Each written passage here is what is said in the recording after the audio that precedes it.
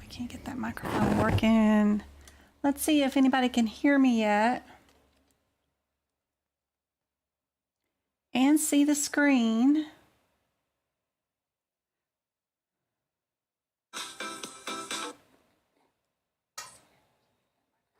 Uh-oh. Let's see if anybody can hear me yet. Let me get the YouTube off. And see the screen. Because I can hear myself. All right. That's better. And then this, I want it to go away.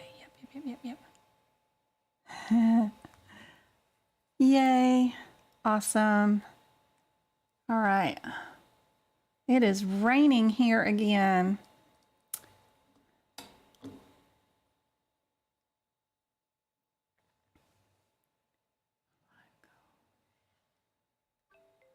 How's the weather out at y'all's area? My goodness. I'm at the very top of Arizona where it meets the Nevada and California border. And my goodness, I can't believe how much rain we've gotten this year. It never rains here. Been here since 2013 and goodness.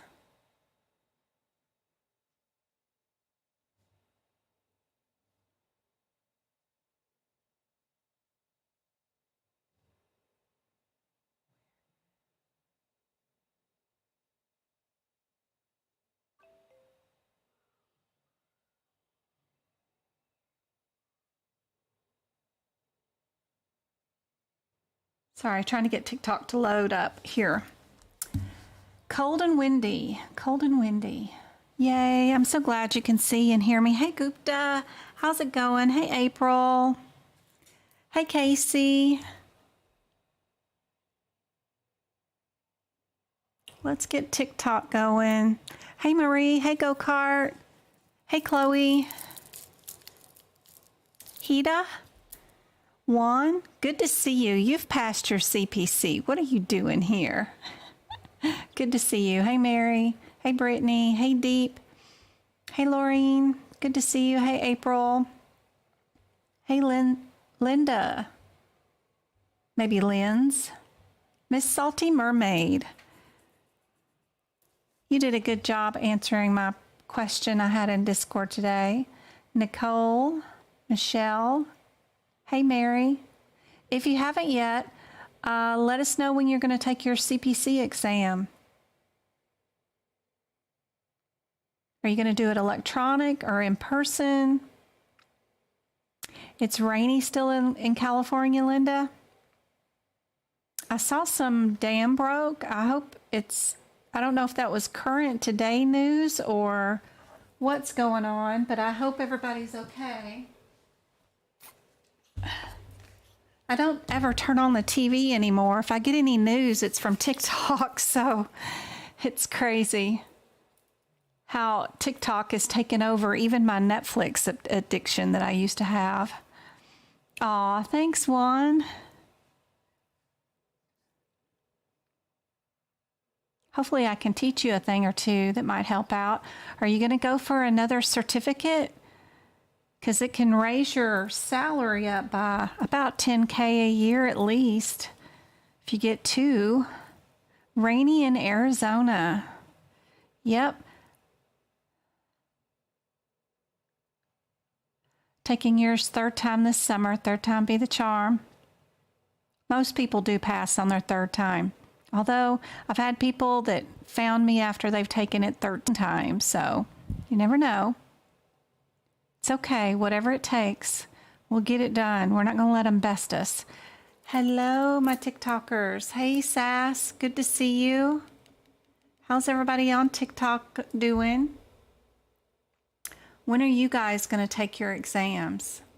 Be sure if you do have 2 attempts and you want to try to take your exam in 2023 before new codes come out, be sure and try to do 1 attempt by October. That should be a goal for everybody to attempt one in October because if you don't pass, you can get in another attempt, hopefully in November and December, but the testing facilities and even the online exams get super congested around that time of the year because everybody puts it off to the end of the year. So keep that in mind. We've got May 20th for Casey, May 3rd, Linda, March 25th, Darcy, coming up, April 15th, I remember that deep, day after my birthday. Michelle, March 25th, on Saturday, in person, right after our workshop, so that's cool. March 31st, Nicole, second attempt. Hey, Linda. Hey, Tien. Good to see you. Hey, Go-Kart, you're on TikTok and on YouTube. April 8th, Sass. Lucky. Thank you for the follows. Hopefully I can help you guys out. Rosh, March 25th. Hey, Charisse. Yasmin, April 1st. She's just kidding me on that one, right? She's not actually going to take it on April 1st, is she? Second attempt in May. Linda. Saturday in person, Maria. Awesome. I hope what I've got going on can help you out. I've got a few little integumentary. I don't want to do too many, but I get so excited when I find new information that I can't hold it in. I know I have an integumentary workshop on Sunday, but I've got a couple of examples to show you. Then some anatomy sprinkled in, E&M, medicine, OB, vaccines, guidelines, more medicine, then more E&M. So that's what I've got on the table tonight. Sorry I didn't do the ears and eyes. I don't know why. I was looking for those questions, but didn't find any. I don't know. I failed on the eyes and ears. I will get those done on Friday. Somebody had asked for those type of questions for tonight, and I miserably failed on that, but I was looking. I was thinking about it. Hey, Twinkle. Oh, Twinkle's giving away some memberships on YouTube. So if you are in YouTube, be sure you have it turned on where you can accept gifts. You can see this big green banner here. If you push on that or do a long hold, if you haven't already, it'll come up with an option to accept gifts. And if you are in here and you do not already subscribe, like Darcy doesn't, Michelle, Hida, April, Yolanda, hey, good to see you. I missed your hi earlier, sorry. Gloria, you guys could win a membership, and it looks like April did win. Congratulations, April, on the gift membership. I hope that helps you out. You now have access to all of my book prep videos where I go in and do book prep code by code and talk you through each code and what notes you need to have written down on those for 2022 and 2023. You also have access to all the old workshops if they're 90 days or older, which I think there's like 16 or 18 of them now on YouTube. Those are super handy that you can just pause the video as soon as you see the first question. Try to work out the problem yourself and then hit play afterwards to see if you got the answer right. Fastest, most efficient way to study one section of those notes and get better in them. Super helpful. Let's see what's going on TikTok. Thank you, Go-Kart, for encouraging people to tap the screen. Thank you for the 200 likes and the taps on the screen on TikTok. Thank you guys for the thumbs up on the YouTube video. It does help. I love seeing it when I close my YouTube video and see how many people hit thumbs up. Sometimes I don't have anybody hit a thumbs up, so it's kind of cool when I do see a bunch of them. But if you're seeing material that you're not happy with, don't be afraid to do the thumbs down. That way I know I can improve on it too. So super helpful. to get feedback like that. I had a question up here. I don't know if anybody saw it. I have not heard from my cups people, and she has actually quit talking to me, and I sent her almost $700. So, yeah, I'm getting a little sad about that too. So, and it's been a while. So now I got to figure out, okay, how do I get my money back if it's been longer than 60 days or something? So I don't know what I'm going to do. So sorry about that. I will have to find somebody else to do the cups, I guess. I went on Etsy and I did find a small creator because I was trying to be nice and pick somebody that hadn't had too many orders. I mean, it was only 50 cups, but it's not like I'm getting them all glazed. They're just stickers on plastic cups. It's not like it's a full art acrylic or whatever they call that. You know, they've got a lot of people that do fancy things, but I didn't ask for that. I just wanted to do a trial, but still $700 for cups with stickers on them is it's a lot. But anyway, yeah, I got to find somebody else, probably somebody with more accounts sold stuff. You know, she had a lot, but not like a lot. So I don't know. I know. So I gotta figure out, what happened to her. I don't know. Maybe I could give you guys her name and y'all could reach out to her for me. I don't know. Maybe she'd reply to y'all, but I don't know. I replied to her twice this weekend, no reply. So I knew y'all be asking. So I don't know. And plus I got to go check my credit card statements and make sure it didn't already get refunded. What if she canceled the order and I'm just not seeing it? So I wanted to go make sure that the payment went through and make sure it was still there. So before I start fussing, so I got to go do that too. So I'm going to go check and make sure she didn't decide, oh, this is just too big. But the last time I heard from her, she just was waiting on 20 more cups to arrive. She only had 30 in stock. And I can imagine not having 60 or 50 cups in stock, waiting on somebody just to order them one at a time. So it made sense that she was waiting on 20 more cups to arrive. But anyway. Yeah, I gotta do some work on that. Hey guys, we'll wait. We'll make sure. Let's make sure she really still does have the money, and of course I ordered them through Etsy, so Etsy will give me back the money, you know, if we need to. But let's get started. I know you wanted, Miggy wanted y'all's cups. I know, me too. I wanted cups already out for March, and plus my birthday month is coming up, April. I gotta have them done by then so I can just give them all away. That's what I was doing, was to give them all away. All right, let me get to this test I had here. So Monday we did urology. You know, I was doing that part of the book prep. Well, this is a little test yourself with 5 anatomy questions, and I was wondering if you guys knew the answers to these questions. So if we are doing a removal of an amino group from a molecule, thinking about the kidneys and how urine is produced, would we be voiding? Is that a molecule issue? Would we be demaniation, whatever that is, and then, or would we be looking for a catalysis, whatever? Think about your prefixes and suffixes, things that might help you. I know voiding is just getting rid of the urine, and I don't think that has anything to do with an amino group molecule.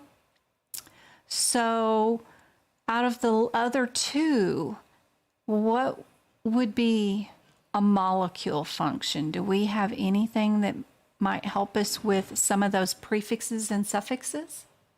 What do you think? Shan, I'm just going to call you Shan, has started her CPT billing class. Where would I begin with you? mostly just listening and following along with these lives, of course. The CPT book prep will help you out a whole lot because you can prep your books. And be sure and have out your books, your ICD-10, your HitPix, your CPT. And when we go through practice questions and I show you the answers first, getting to the codes is a skill that many don't even think about building before they take their exam. Just learning how to turn the pages and find a code, whether it's a HitPix, a ICD-10, or a CPT code, that's a skill that you could start right now. Absolutely. And you do it in real time with us, that's super helpful. Just follow along. Listen. Definitely. Yes, Uniqueness K just sent me a message saying, I send you a message on here for a question I need help with. Perfect. Send me questions, whether on email or in Discord. I love Kay's questions. They're super difficult and very good questions. So love your questions.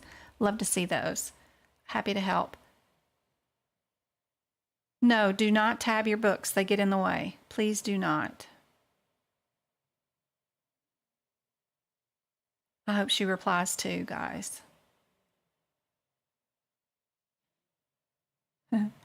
Don't forget, I have more notes on my website than I do on Etsy. Etsy just has the CPT notes, but I have HitPix and ICD-10 notes all on my website. They're cheaper also on my website than they are on Etsy because I don't have to pay for Etsy fees. But, you know, use whichever site you want to use is perfectly fine. Just to let you know, I have more stuff available. I just have to pay a lot of Etsy fees, and every time you list something on Etsy, you have to pay a listing fee. So to keep things cheaper, I just list it on my website anyway, since I pay for that site. Let's try this one.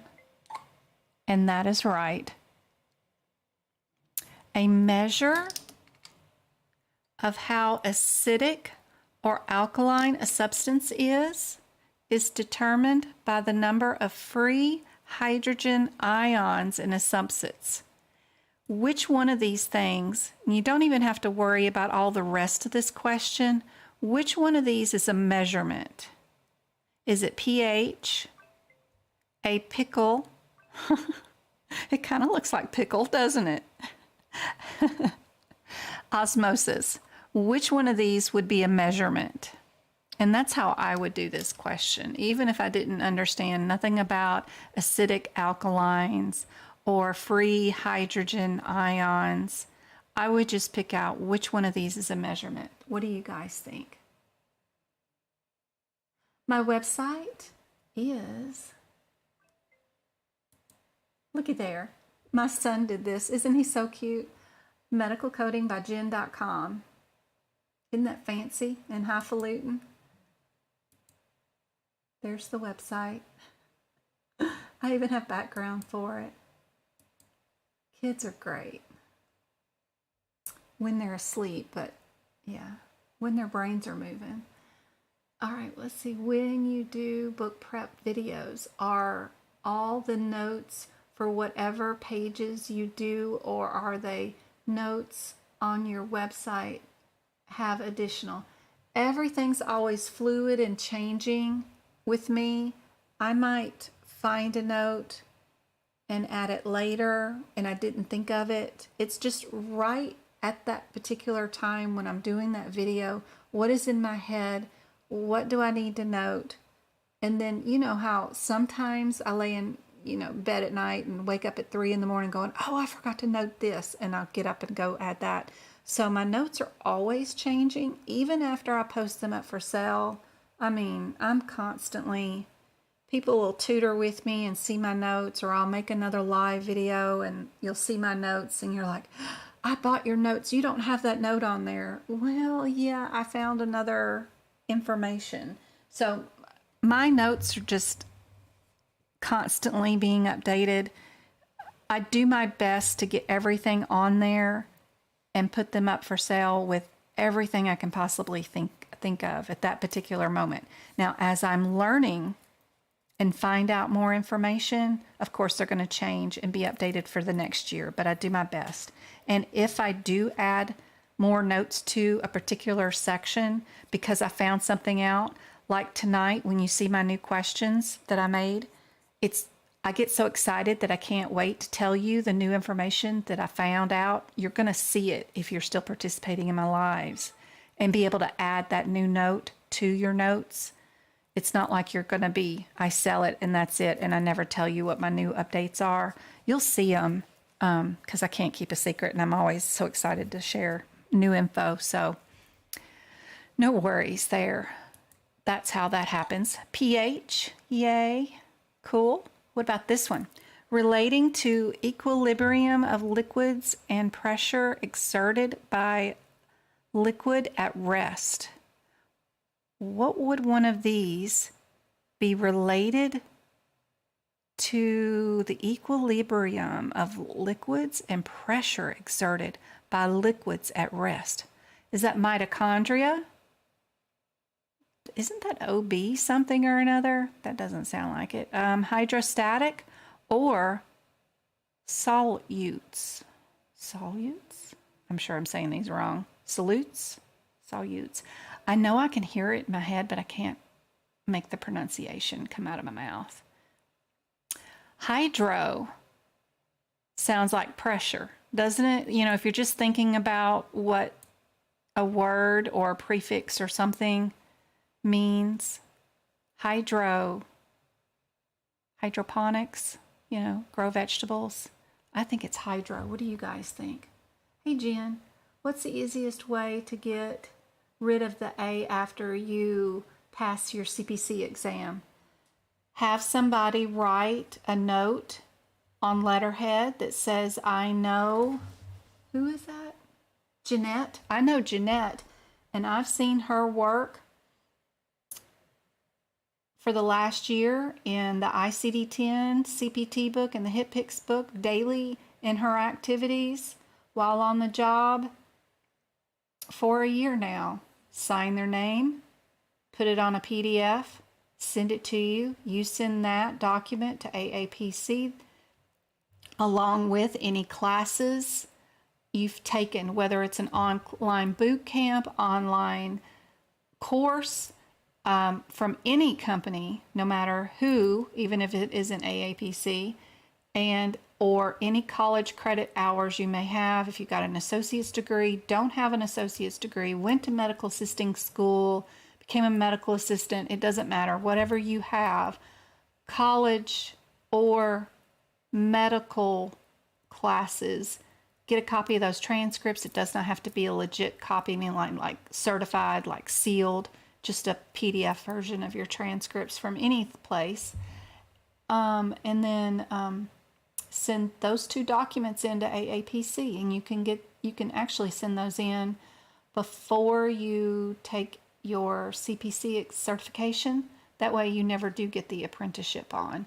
I have all the instructions and copies of my emails where I did that before I even took my CPC, and when I got back, posted on Facebook post under Medical Coding by Jen on that Facebook page, or also in our Discord group under What to Expect on Exam Day room that I have on that. So all that's posted for you guys. Super helpful.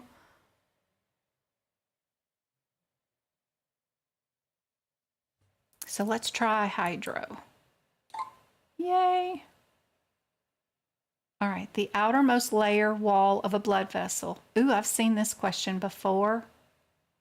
I don't know if it's been on a CPC exam or some practice questions, but I've seen this before. Is it pseudo Advent? That looks like an allergy pill. And another hydro. Which one is a blood vessel? Look for your prefixes and suffixes.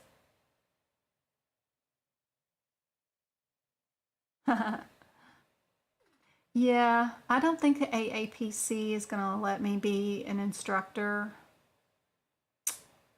I might try to do a HEMA and become an instructor for them. I think there's too much politics probably involved in AAPC. I mean, I'm not their favorite, so I'm not sure. I don't think they'll let me become an instructor so that I could give out CEUs and have my classes count as credit. But maybe I can do NHA or a HEMA. But the first thing I got to do is quit my real job as a medical auditor and then become an instructor so I could do this full time with you guys. But we'll see. I got to figure out health insurance is probably the most important thing. All right. I think the vent reminds me of vessels, right? So let's try that. Yay. All right, what about this one? Any of the group of compounds with varying hormone effects?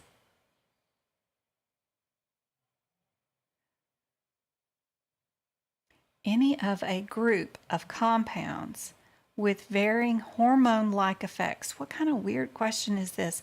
Any of a group. That just does not make sense to me. I don't know.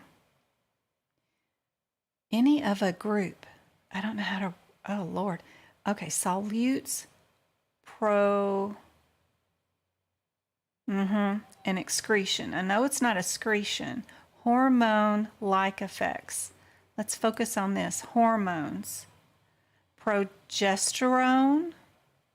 I'm thinking progesterone. That's a pro. What do you guys think about that one?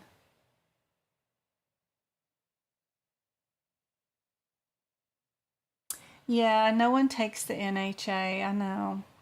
But it's so unfortunate that a lot of people are still taking the course thinking that they're going to have a job after that. Yeah. Let's try that one. Woo! Yay. We got 5 out of 5. Good job. All right.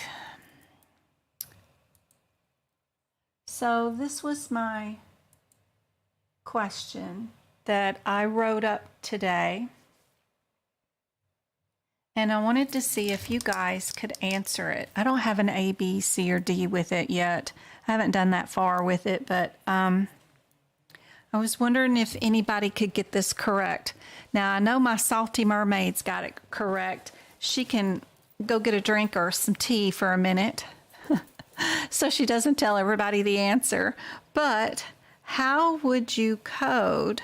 What part of integumentary are we going to be at if we are dealing with the removal of an ill-defined skin cancer with microscope margin examination? Where are we going to be in our integumentary book?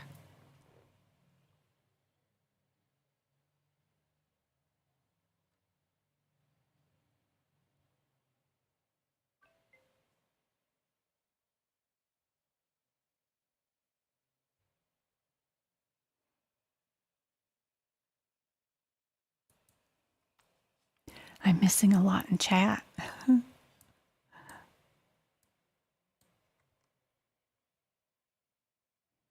Oh yeah, I did that one. The easiest way to get rid of the A.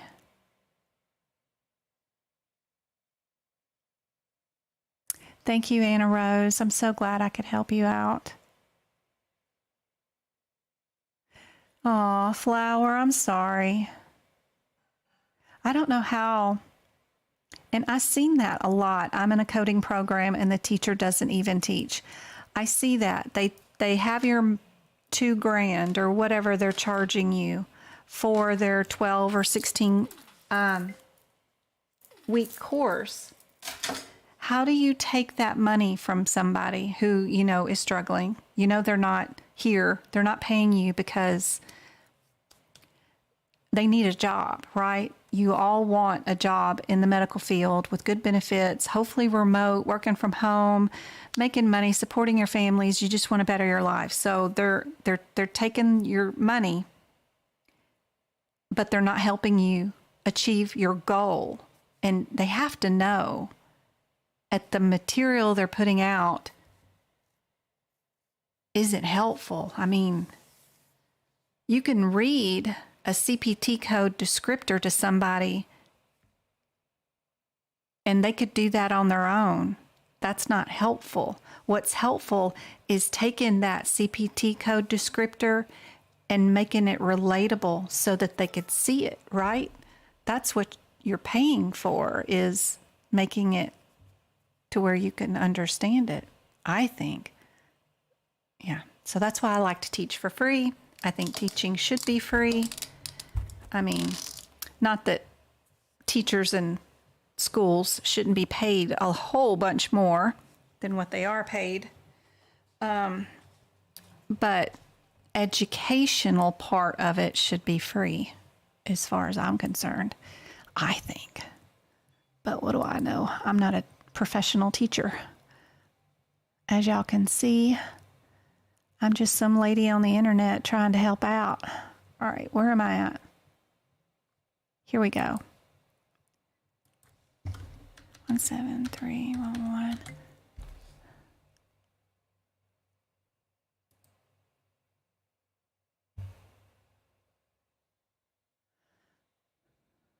All right. So let me get this up for you guys on YouTube. If we go look at our Mohs surgery, this is the CPT book, and I know y'all aren't seeing a whole bunch of the book, but if y'all follow along with me, open up your CPT books and go to the 17311. If you look under this main header that's right here,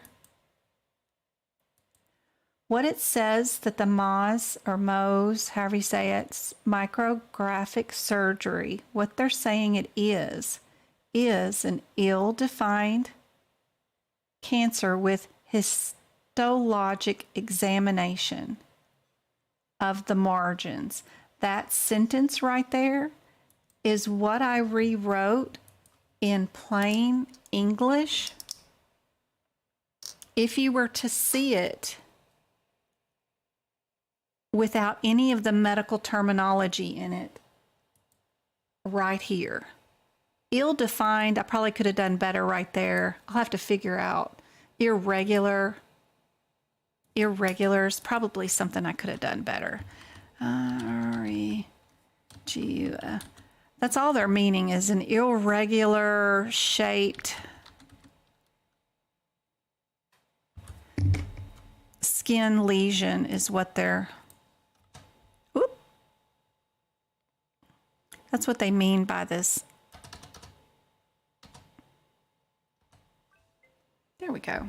That's probably better as far as plain terms go.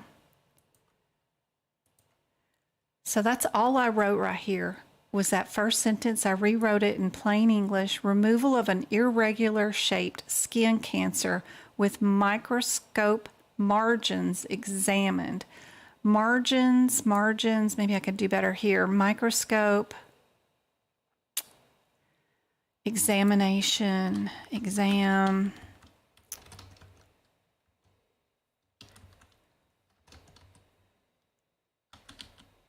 Oh my gosh, my computer is acting really, really slow. Exam. Microscope, exam, noting.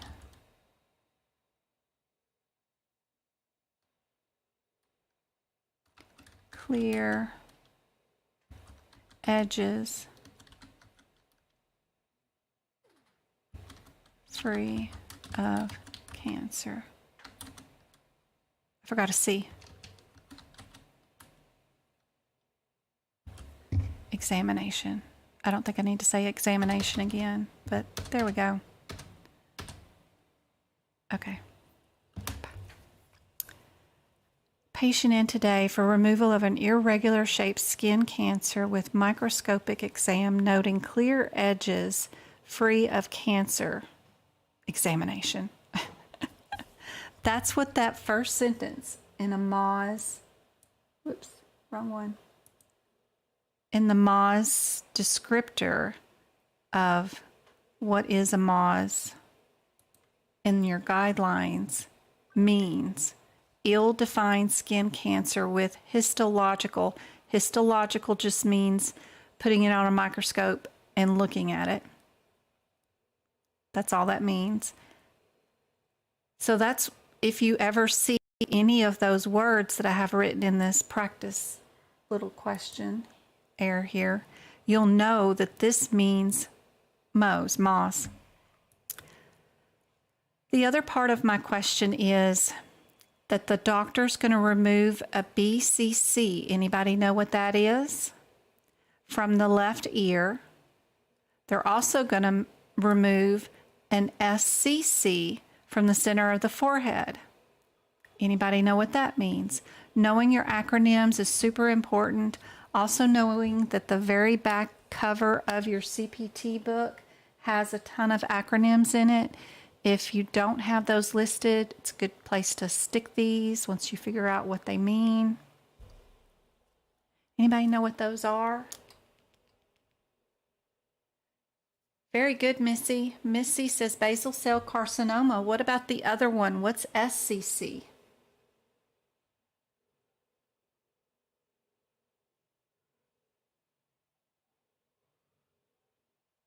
No, don't white out any of the typed print in any of your CPT, ICD-10, or HIPICS book, even if it's just advertisements.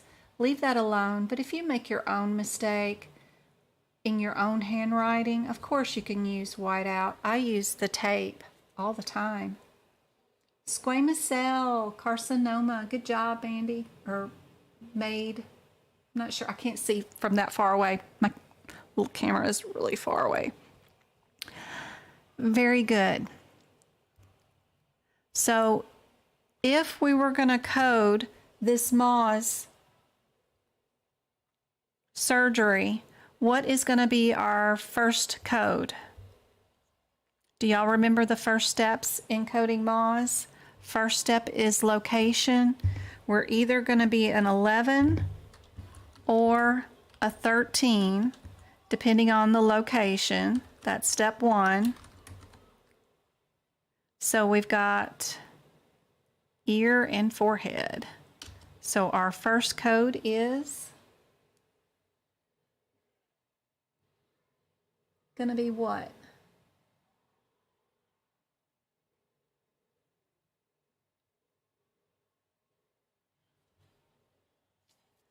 What do you guys think on TikTok? Thank you for the 3,000 likes on TikTok and the 3 shares. You guys are awesome. I still got 27 of you. I was so worried the internet wasn't going to work tonight because it's raining here. It was like really raining. It was really, really raining. Yay! 17311.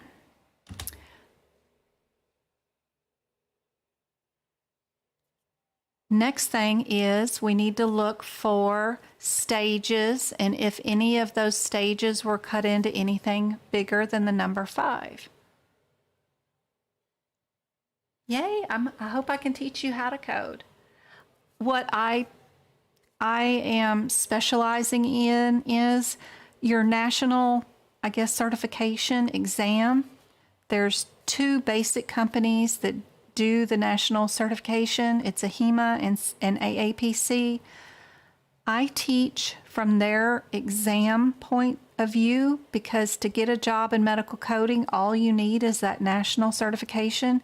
And to get that, all you have to do is take one test and pass it. You don't need a course. You don't need anything else but to take that test and pass it. It is a multiple choice test and it is an open book test. So I'm not technically teaching you guys how to code. because all that's going to change once you get into a doctor's office, because you're going to have different payers, different group numbers, different contracts. Even with your own group that you're going to be billing for, all that's going to be totally different based off all those contracts. So I'm just getting you to the point where you can get a job. So that's the different part. But I do my fair share of coding tips and guidelines and teaching y'all how to code.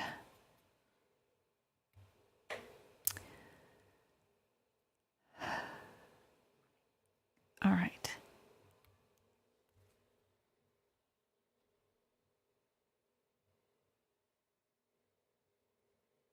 Hey, Jim.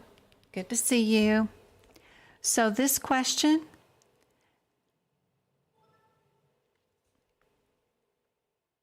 has somebody cutting something off of an ear, right? And we coded that as R311.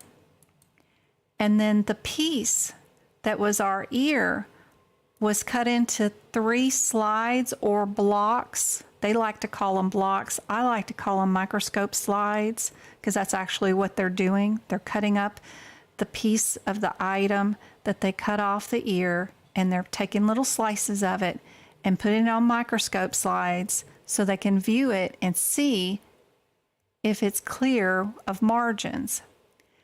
The number 3 indicates that we don't need to add our 15 code here to that one, because we did not have a number over the number 5 here. We didn't have more than 5 slides. The 11 takes care of the first 5 slides that the doctor makes of the first excision. Now we do have another excision where we move from the ear and we go to the forehead. So how do we code this when we go back to the body and we cut something else off? Is that a second stage? Or because it's in a different location, is it something different? Or because it's a different type of cancer, is there something different here going on? This is really advanced stuff. Will this kind of question be on the exam? On a CPC exam? No. Might it be on a COC exam? Maybe. CIC exam? Probably. CCS exam? I doubt it. This is really advanced.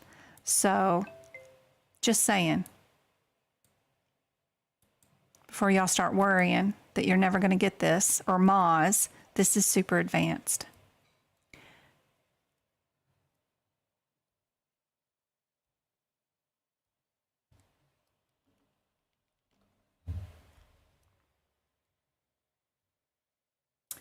Darcy, we're not going to do our 12 because it is 2 different types of cancer. We're actually going to end up billing our Mohs over again.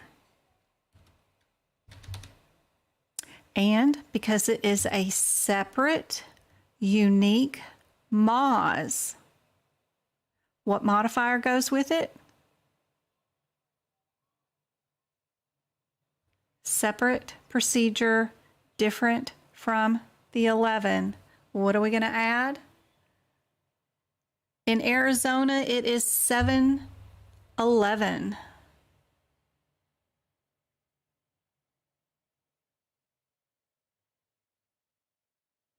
p.m. here. And see, I still work a full-time job. I work till 5, but I work from home, but still. The boys are home from spring break this week. It's driving me nuts. And then, oh my gosh. They're eating me out of house and home this week. Anybody know what modifier? Daniela got it. 59. Yep. Now, is this going to get denied? Of course it's going to get denied by every health plan, including Medicare. You're going to have to send in records with it, and you're going to have to beg for approval, and it's going to cost a big issue, but it can be paid. It will eventually. Would it have been better for the doctor to do one cancer on one day and come back and do another cancer on another day? Yeah. But, you know, we get what we get. It's just going to take you a while to get payment on this in the real life situation. Super advanced, more for COC people, CIC people, super advanced.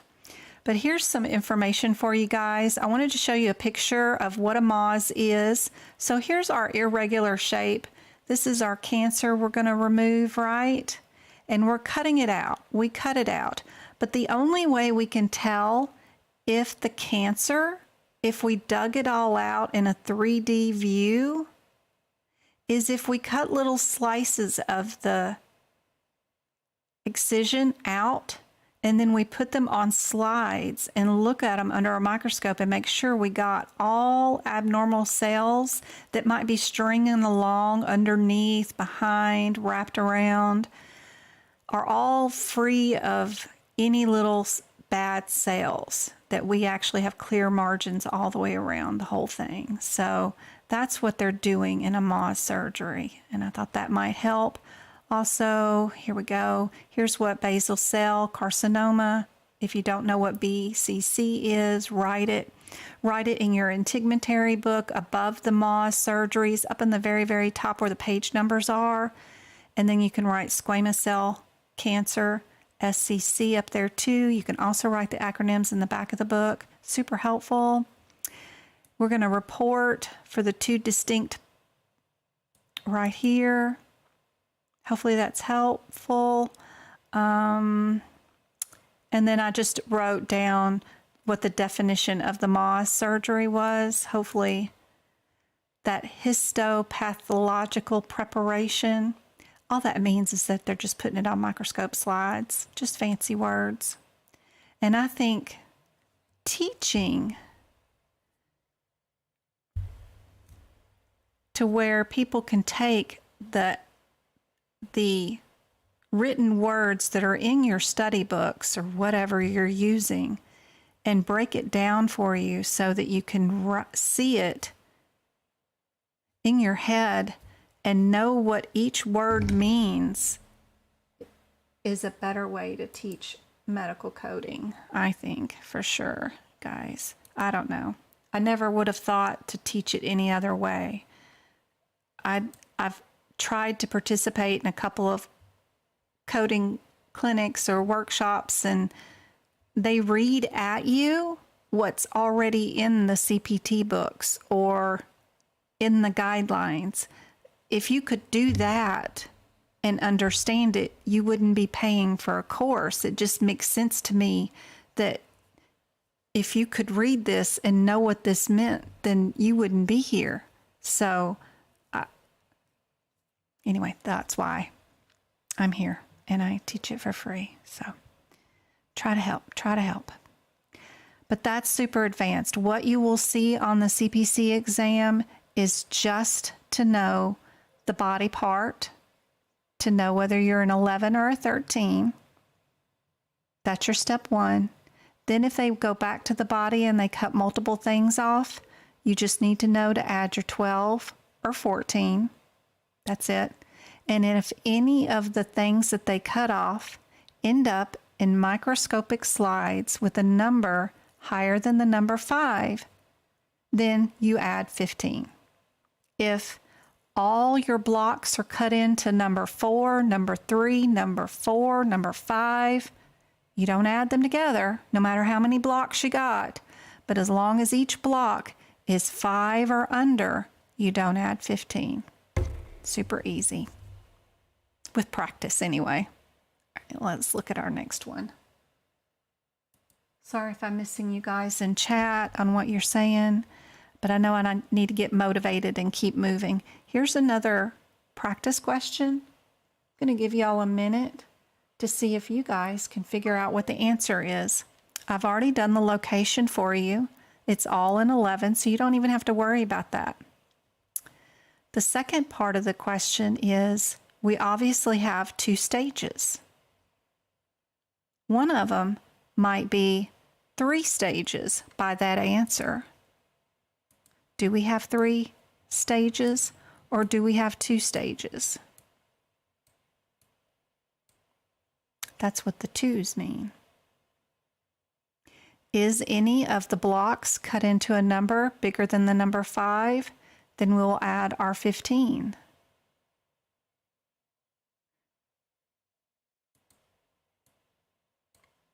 What do you guys think the answer is for this one?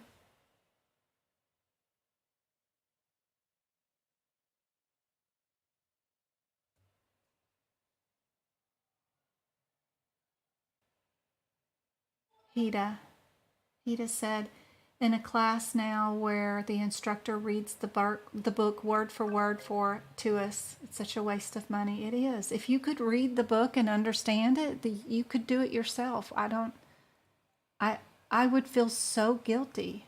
I could not. That's not why you're there. It's not why you're paying the $2,000. They need to break it down for you. Ooh, Twinkle's giving away some YouTube subscriptions. Yay! Who's gonna win now? Let's see. Darcy won. Yay! Yay, Darcy. Congratulations, Darcy. I hope that helps. All right, what have I got? If the answer is C, do I have any C's? I do. I have a C, a B, a D. Nobody thinks it's A. So we have a block that is bigger than the number 5, obviously, if y'all are getting rid of A. But everybody's conflicted on this. Okay. So let's go. We've got excises a tissue and the specimen into 6 blocks. So we've got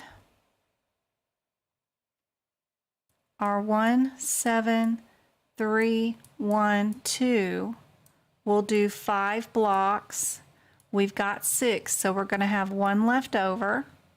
What about something else? On examination of tissue blocks, the surgeon finds positive margins on 2 blocks. And then the surgeon goes back into the body and divides that specimen into 2 blocks. Okay, perfect.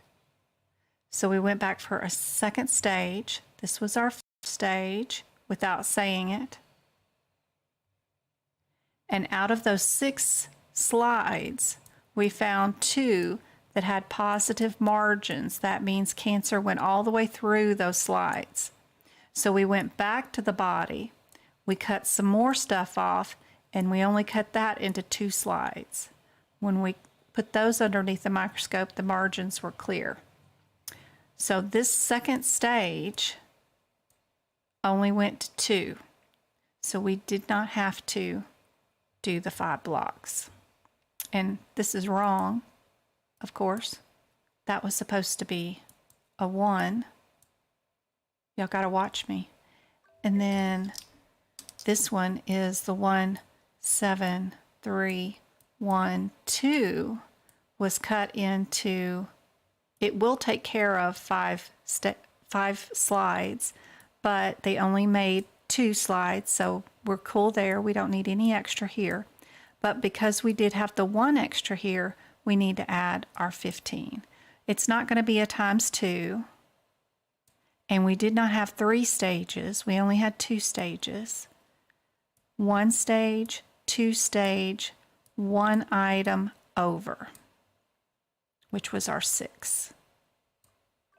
Yep. So D is our answer for that one.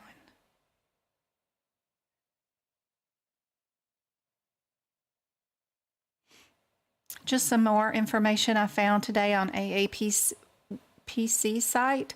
They called, in their knowledge center, they called the stage equals excision, and they called blocks equal examination. I call a stage however many times I go back to the body and cut a chunk of it off. And then I call blocks the microscope slides. How many slides do I make? But some people may like this explanation too, so I put that down there. That was in their knowledge center. Oh, I'm sorry, Gloria. I see you later. Hopefully you can watch the replay tomorrow because I got a lot of cool stuff coming up. We got anatomy, E&M medicine, OB and delivery, immunizations, guidelines. Gosh, I got so much stuff coming up. Okay, I got to get going. Sometimes I'm not too technical and too plain. I don't know. But anyway, this is cool. One more Mohs and we'll stop. What do you guys think the answer is here? And this one's another advanced one.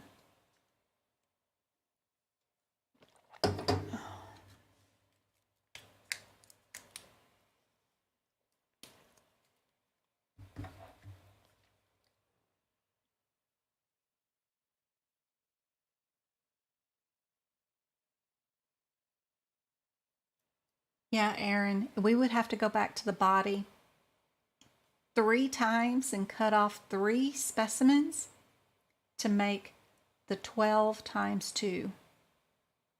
They only cut on the body twice on that particular example. Sharon's gave me, so blocks are the items is when the surgeon goes to the body and cuts something off. And then the blocks,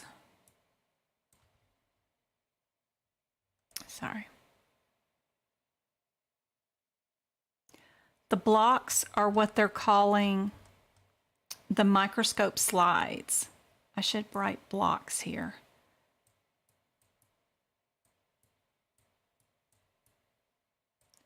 And this is the stage.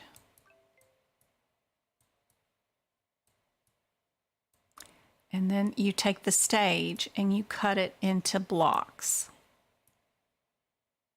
They're technical terms. Okay, so a stage is the removal or the excision.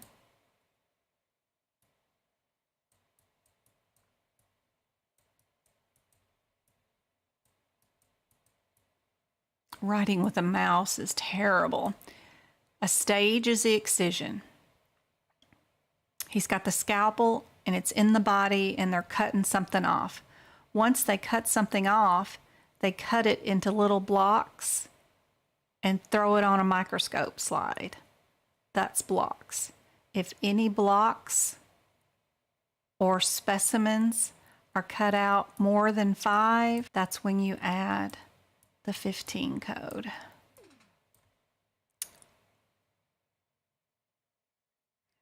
Every time you go cut something off, you are doing an 11 or a 12 or a 13 or a 14.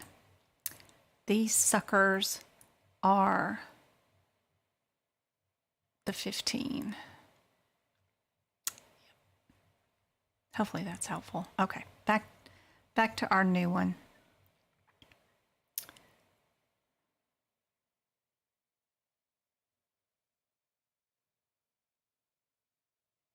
So this one's crazy. A patient is scheduled for a Mohs surgery for a malignancy on a forehead, and prior to the procedure, the surgeon identified a suspicious lesion on the patient's right nasal, and the patient agrees to the biopsy. Why would that sentence be there? There's a reason for that to be there, which is unusual, usually not seen in Mohs questions. I know several of you guys who have been practicing in a lot of the practice questions probably never seen those words before.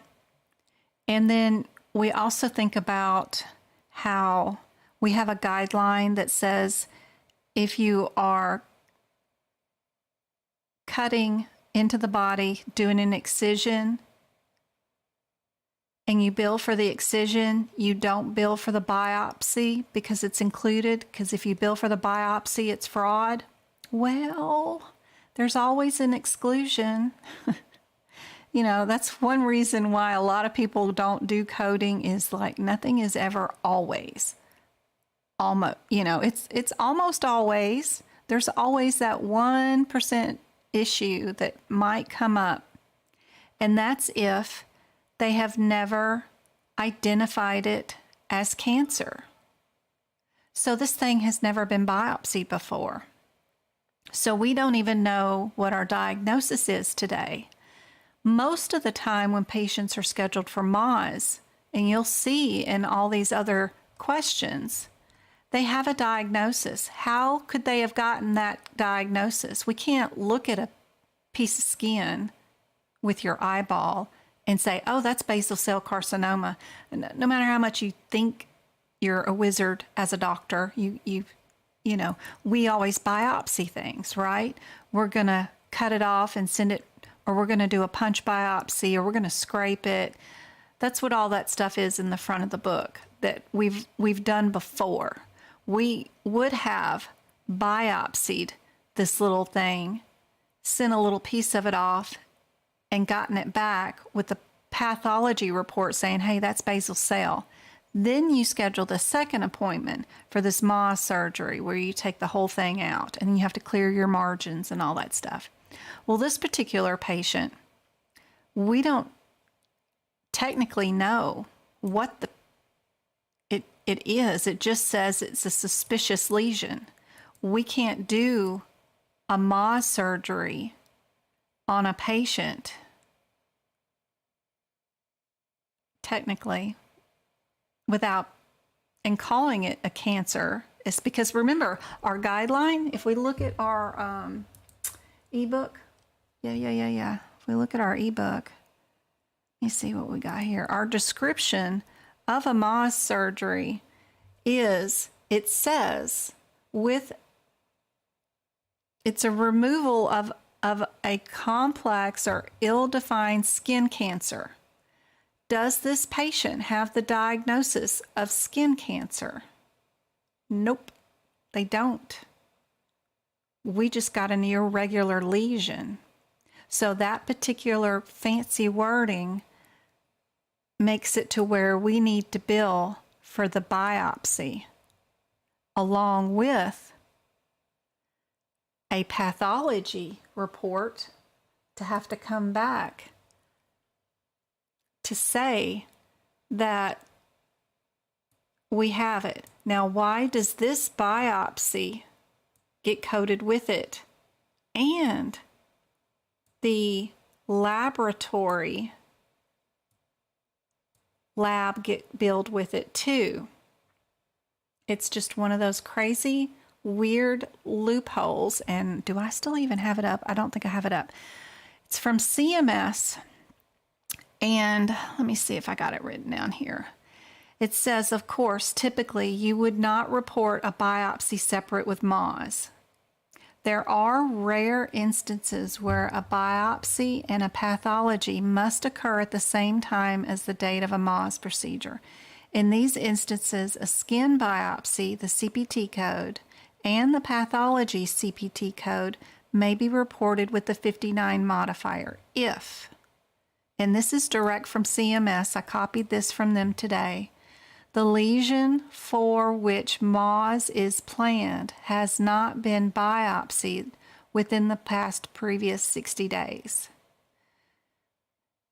Because the wording in that question says that it's just a suspicious lesion, we don't know if it's cancer. That's how we get to. And if we get to bill for the biopsy, we get to bill also for the, it said right there, and this pathology CPT code. And we get to bill for the biopsy code. 2 codes. We get to bill them both with the Mohs. We're going to append the 59 modifier, blah, blah, blah. And this is our lab thing. So this was just neat and cool. Would something like this be on the CPC exam? No, I don't think so. But you guys will know a lot more about coding if anybody want to go into specialty in integumentary and wow their supervisor in real life. Y'all would know this particular cool thing and nobody else would probably in your office. But anyway, that's a really cool thing to know. Because it says suspicious lesion. Now you get to bill for the biopsy and the Mohs and the freezing of it, because they're going to have to send that to an independent, because your Mohs doctor, the one doing the excision, is also acting as a pathologist and looking at the slides to see if the margins are clear. We can't have that same doctor do the biopsy report.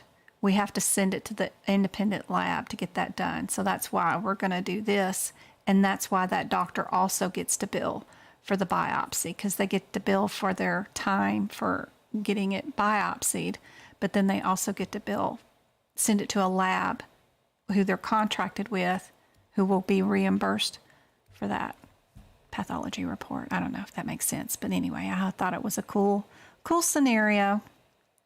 Cool scenario. And I saw a report written by AAPC and their Knowledge Center back in 2018 mentioning this in a one-line sentence buried in the middle of something.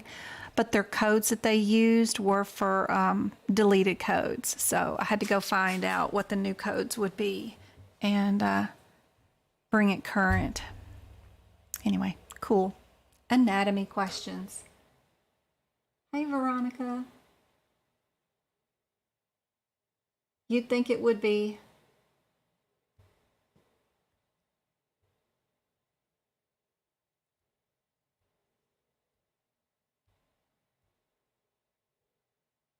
Sorry, guys. I know it's getting late.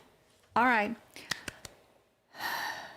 We're off of integumentary. Let's go do some E&M and some medicine, some real CPC exam questions.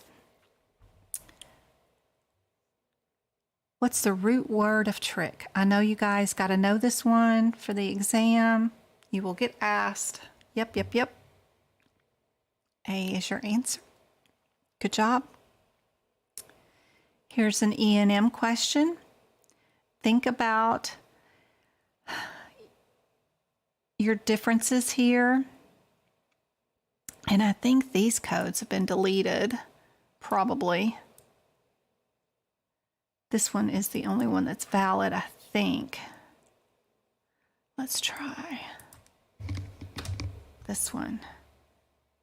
So we've got an office visit where either we spent a lot of time with them or they're circling the drain and we need to intervene. We've got 7 to 10 day RXs with the 3. With the 14, we could have 30-day management of prescriptions and illnesses. With this one, acute stuff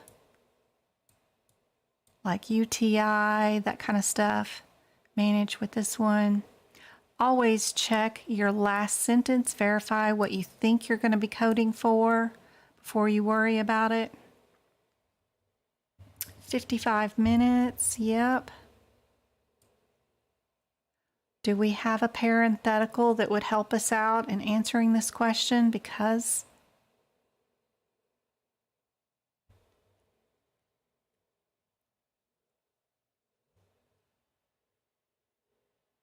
yes, they do. Unless you're in a HEMA. In a HEMA, they don't change their exam until June 1st for CCS, CCA. But AAPC changed their exam as of January 1st. And I can tell you the new codes are valid and on there with the new times.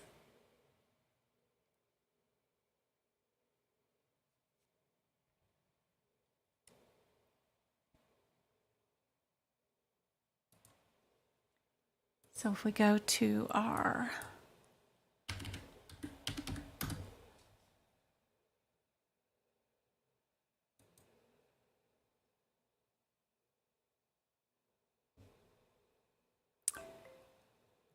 and here's our parenthetical that's right underneath that 99215.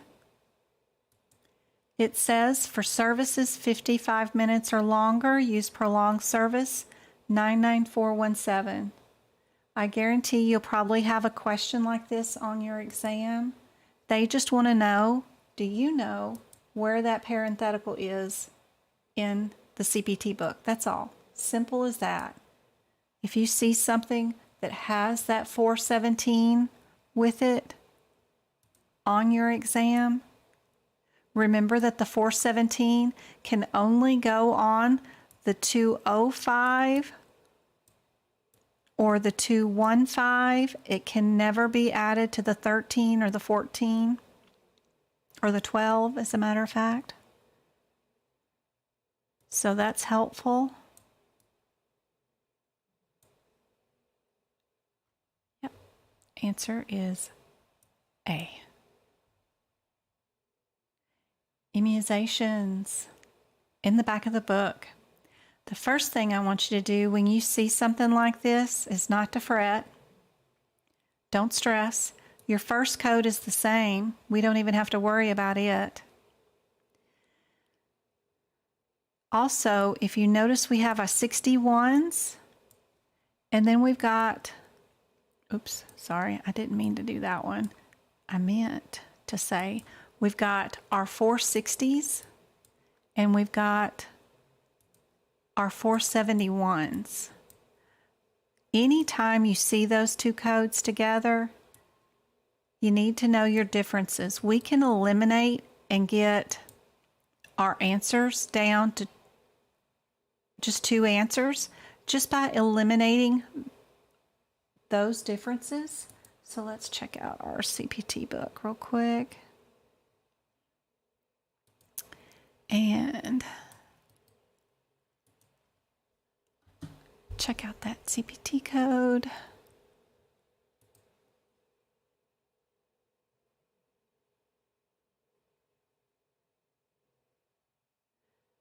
All right, so our 60 code is for the administration of counseling for immunizations, right? And if we look at our 471, it's just for the administration of the injection.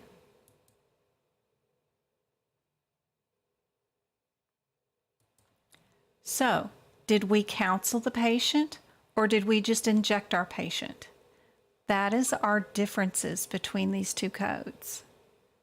And if we can find that in our practice question, then we can answer the question with a 50-50 shot.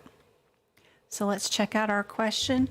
We're going to skim from the bottom up, and we're only looking for the word counseling. They have to be specific, and they have to say the word counsel. Counseling, counsels, they have to say some version of that word. And if they did do it, then we're going to code the 2 with the 60s, either A or B. If they did not use the word counseling, then we'll either be C or D. Super fast way to get rid of, extra fluff here. If I can get this done, move, delete, delete. So just search from the bottom up. Did we do any counseling?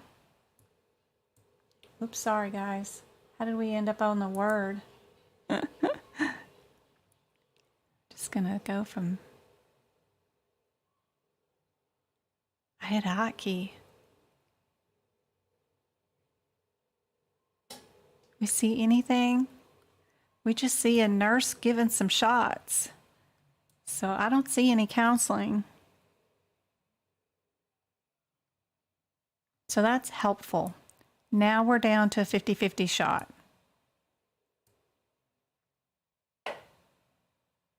Now it's just a difference between these two vaccines.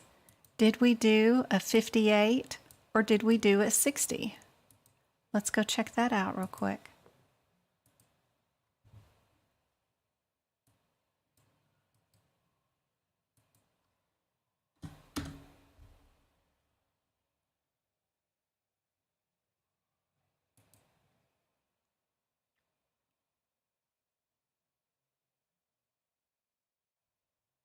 '58. Influenza trivariant number 3. Is that what we ordered?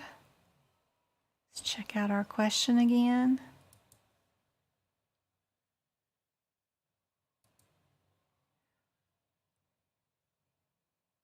We did our live vaccine.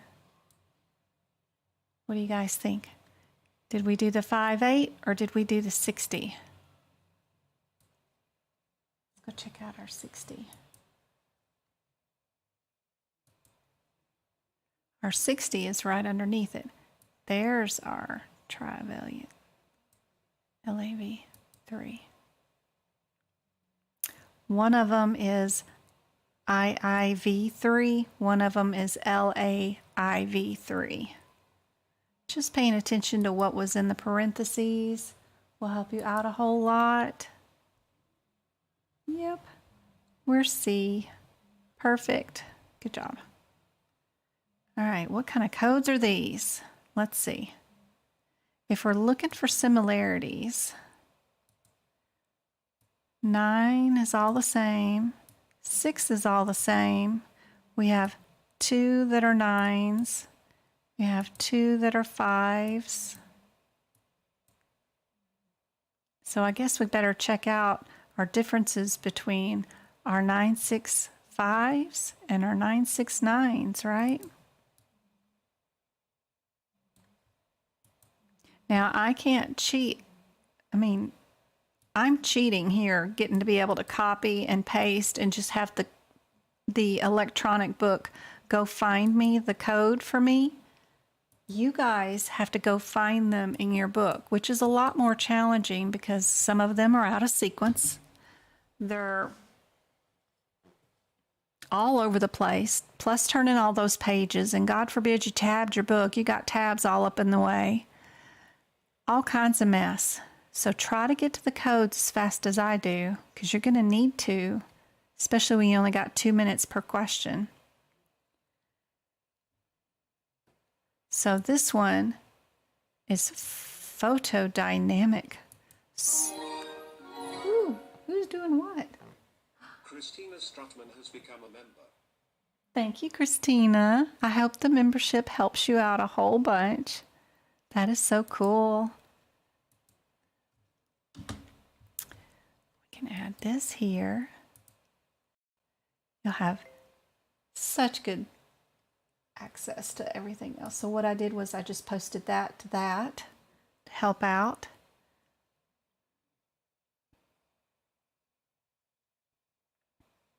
Let's see what our 70 is, since those two are going to be super close.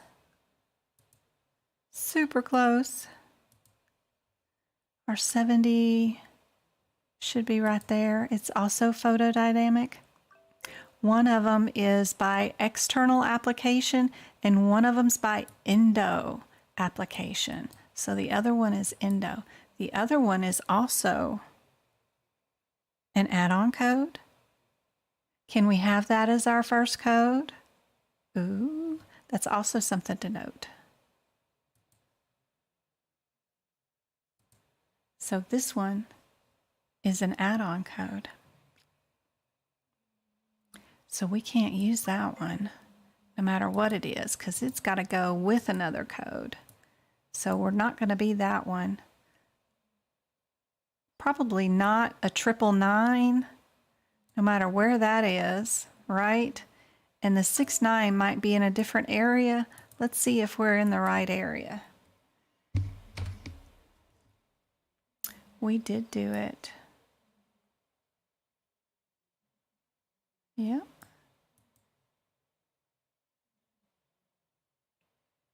Yeah, most of them are. I wouldn't bother with a lot of them during my exam, looking up codes that end in 9 because they always end up being unlisted or unspecified codes. If you take to heart what their practice exam questions use as answers, very rarely do they use anything that's a 999 code or unspecified. Very rare. So, in general, I leave those alone. That's our answer. All right, on our 59400 is used for what kind of delivery? If you know my little hack, you already know this one. With these OB codes, you can divide these OB codes into 3 different categories. If you go to your book and go to the 59400 area, you'll note that the header here for the 94s is all vaginal deliveries, so are all the CPT codes underneath it. When we switch to a new header, the cesareans, the CPT codes switch to where they're all 95s. So those are all C-sections. And then if you keep going, we get another header where we're doing the C-sections after previous C-sections. Those change to all 9/6s. So just knowing that little bit of information that all the natural deliveries are all 9/4s and all the C-sections are 9/5s and 9/6s could help you out, even just picking out any kind of OB question at all, much less this one. So if we're 9/4, we know we are all natural. Doing it, I don't know, some people say it's the hard way, but I would not want to be cut from one end to the other to have a C-section. The risk of getting MRSA and whatever else while they got you splayed open on that table is not nice. Yep, those are all vaginal deliveries. And just knowing that little bit of difference is super helpful for any question in this area. These 9/6s are combos. That's what I call my combos because we've got both C-section previous and we're trying for the natural way. So let's deliver a baby here. The first thing I would look for you guys, was it a natural delivery? If it wasn't and it was a C-section, you guys already know what the answer is. So just look when you're doing these OB questions. Am I natural? What was the outcome? What happened? Did it come out all by itself or did we have to go in and get it? What do you think the answer is? Thank you, Jim, for the roses. You're awesome. Thank you for the 3 remote controls. You guys giving gifts. I think today is the day where I get money from TikTok. I think the 15th is the day. So all your little gifts and stuff go into TikTok, and I give those out as free notes, free workshops, free YouTube memberships. And that should hit PayPal today, actually. I haven't looked, so I'll have to go look. And TikTok will only pay you through PayPal. So funny. What do you guys think the answer is on this one? Good night, Nicole. Hope you can watch the replay later. Good night, Gupta. You too. I got D's and C's. D's and C's, conflicting. What did they tell you to code? Did you read your last sentence? How would we code baby B? were only worried about baby B and what its outcome was.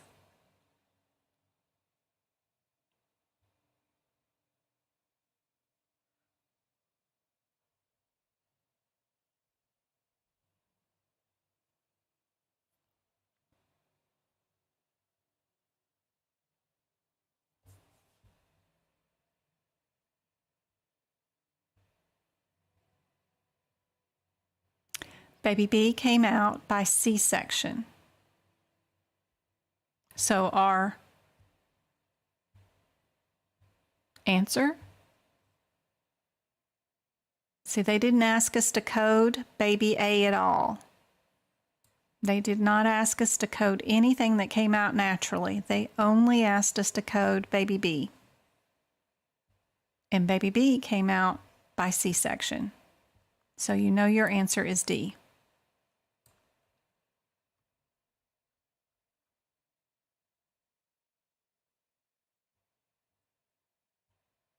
Now, if we were coding this in real life, of course, 9, 5, 5, 10 would go first, even though that was the second born for the day.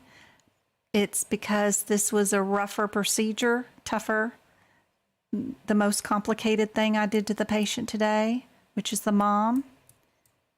And then we would code this one as our second code, which is our first baby born who came out naturally. Oh, I wanted to show you guys.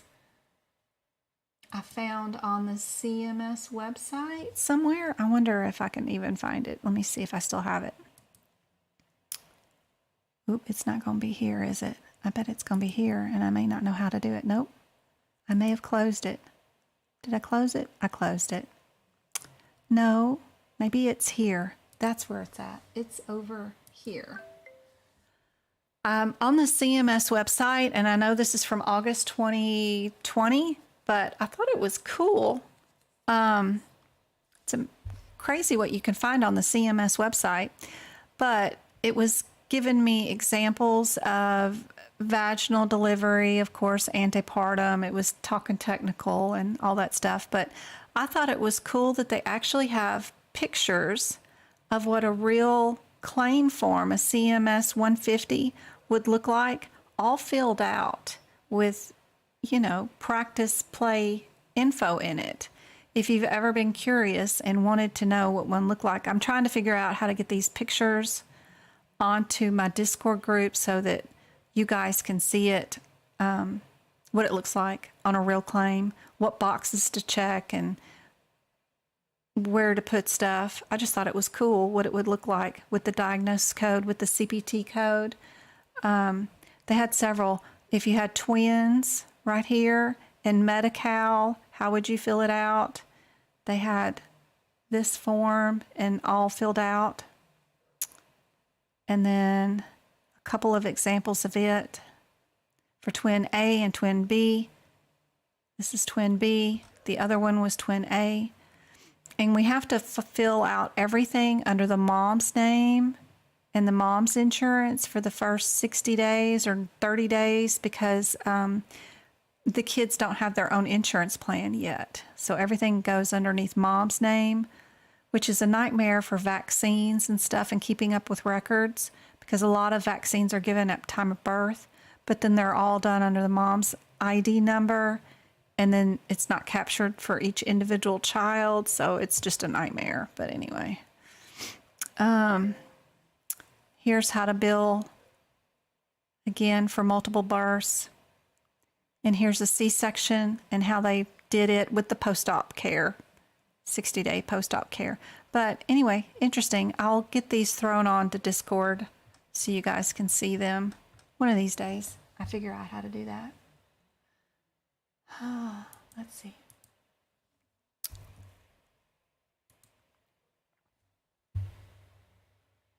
I know, you gotta go. Good night. Good night. Don't worry. That's perfect. I'm so glad you're getting questions wrong because if you get them wrong with me, you won't get them wrong during the exam. You'll remember next time.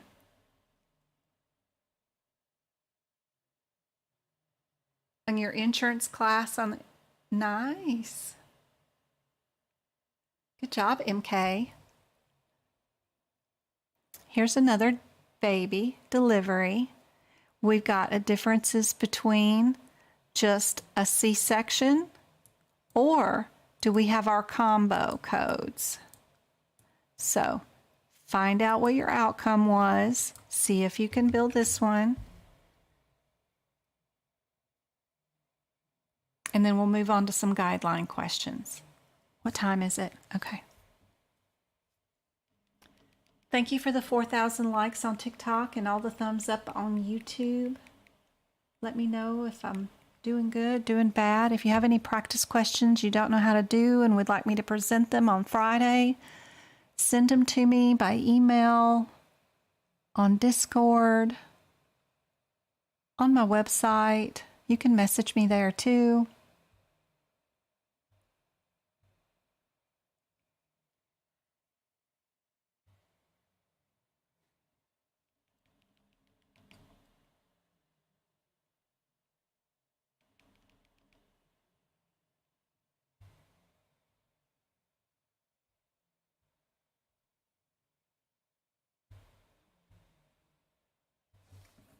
That's the notes I have, LOL.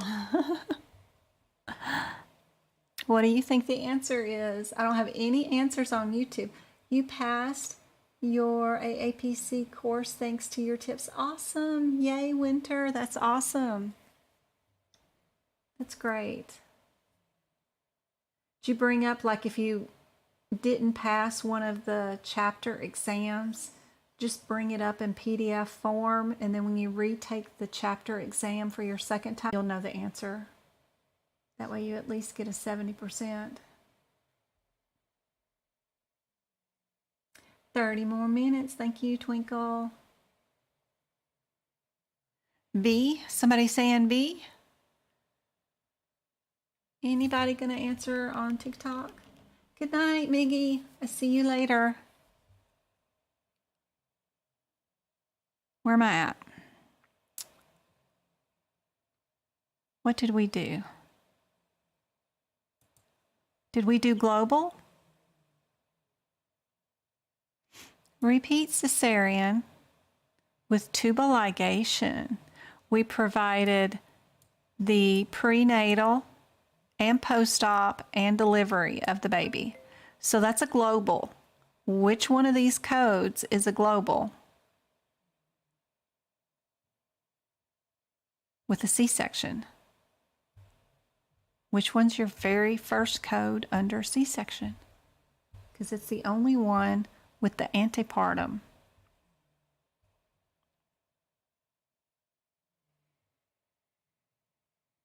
Oh, y'all are killing me.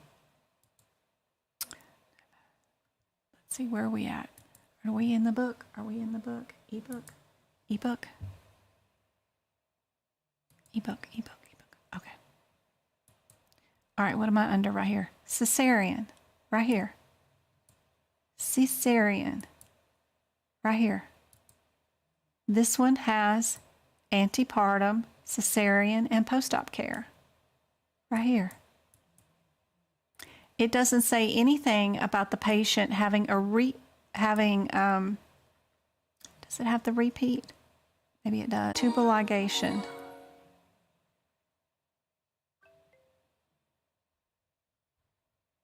Why are they saying it? No documentation had, what? There is no documentation that the patient had a cesarean section following the attempted vaginal delivery. Let's read it again.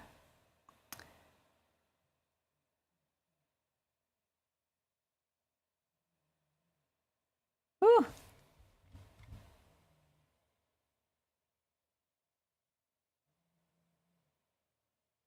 I don't think I like the answer to this one. I just copied and pasted it all here, but what?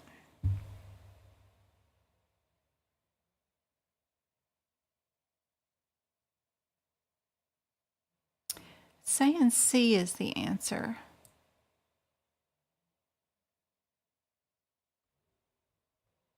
But I don't think that's what? Eliminating B and D, and that the delivered the baby antepartum is 10. Can't be right. Following an attempted vaginal delivery. There's nothing in this question that says anything about a vaginal delivery. Maybe I'm missing part of it, but still it wouldn't be our C-section. I don't know. I'll work on that question and see what I did wrong. Which of the bones exist bilaterally?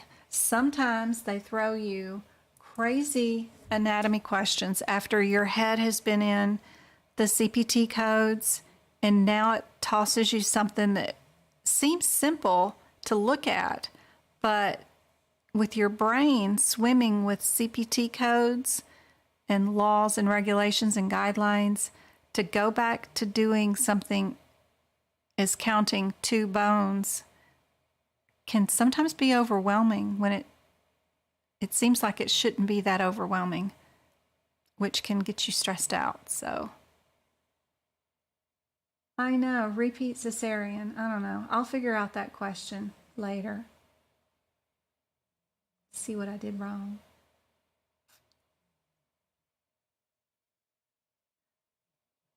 Which of the following? Which one do we have 2 of them? You know we ain't got 2 coccyx, so we can get rid of that one, right? Do we have 2 sternums? 2 sacrums? What have we got 2 of? I know the brain just is like, I don't know. What do we have 2 of? Your sternum.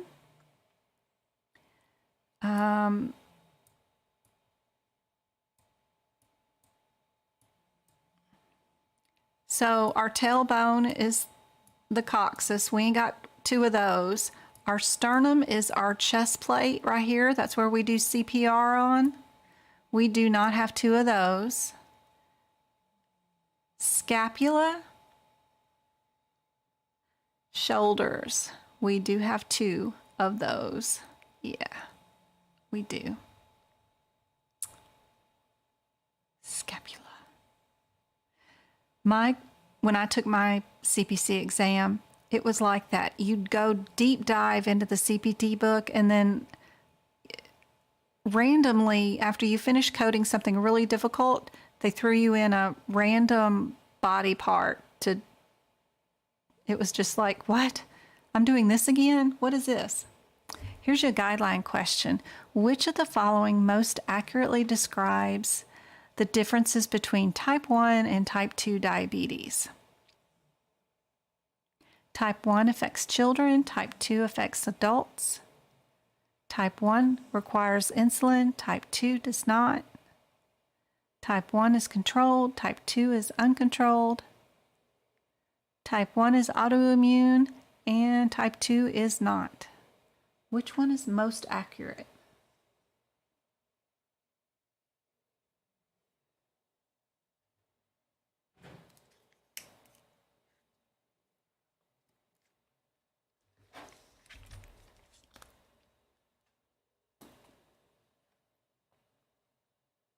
What you doing?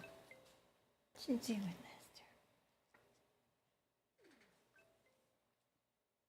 Esther? Esther.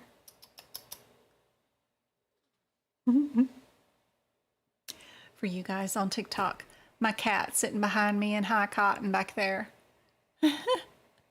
Mr. Lester.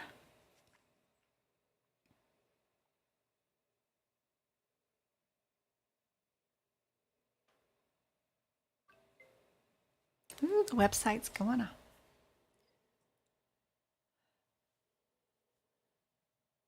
Most accurate. Augie, what do you think? Most accurate. Most accurate.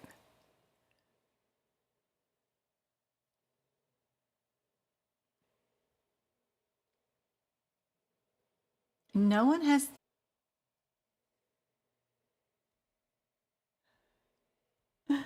Still no one with the correct answer.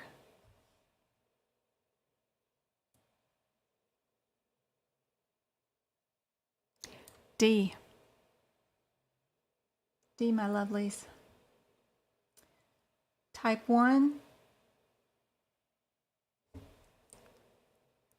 y'all know that teens get it, right? It happens in pre-adolescent, teen-ish, 11, 12, 13-year-olds, if you're going to get it. Well, you're born with your pancreas and you're born with everything, and your blood sugar regulates just fine until you reach a certain age. Well, that's because your body's been fighting itself the whole time with an autoimmune disease, and it eventually just crashes and can't do it anymore. And it takes about a decade for that to happen. And that's why people become insulin-dependent diabetics at age 10, 11, 12.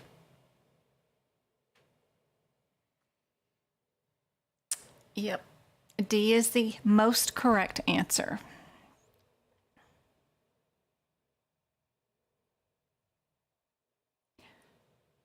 If y'all have been with me a long, long time, you know the answer to this one. If AMI is documented, non-transmural or subendocardial during a heart attack, but the site is provided, how is it reported according to our guidelines?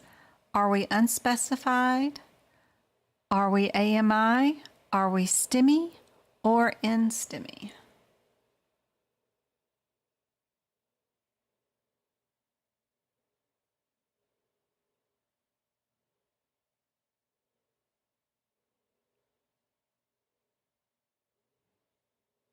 Type 1 does require insulin. Type 2 does not require insulin, but can. They can take it, they can use it, but it does not require it. But type 1 does.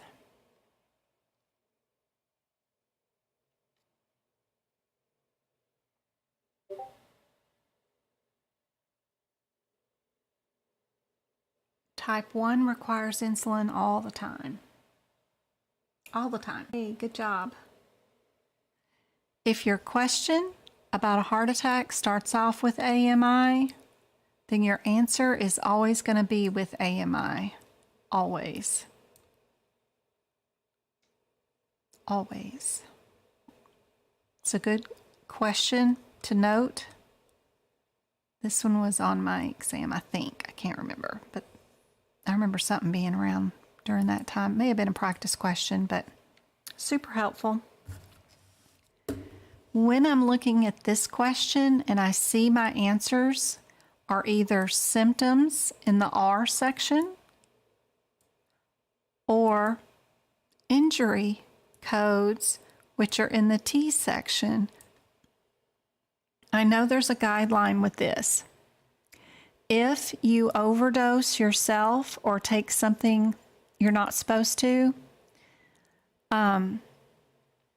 if you do it to yourself, it's coded one way. If a first or the medication is listed first, or it's vice versa. You need to know this guideline for any medical coding exam right away. So I'm thinking about my guideline. I know what my guideline is. If I did it to myself, I know what goes first. I know what goes first. Be sure you know this for the exam.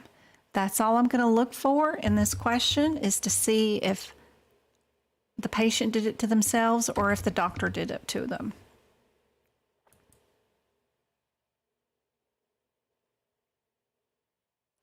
So it looks like the doctor did it to the patient. So that guideline is what? Do we have symptoms go first or the medication go first? Which one?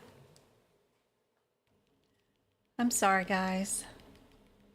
Maybe the rain's bad. You can get on YouTube where it's streaming better.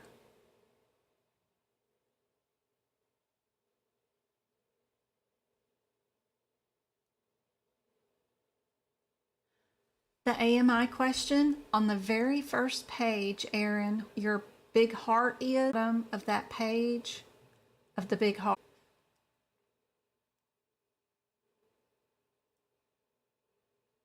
Good job, Janet. Good job, Veronica. Y'all are ready. Yep, we're going to do symptoms first. So it's going to be one of the R's. So we know we can get rid of the medications being first. And a medication, or are we just going to code symptoms? Is it A or C?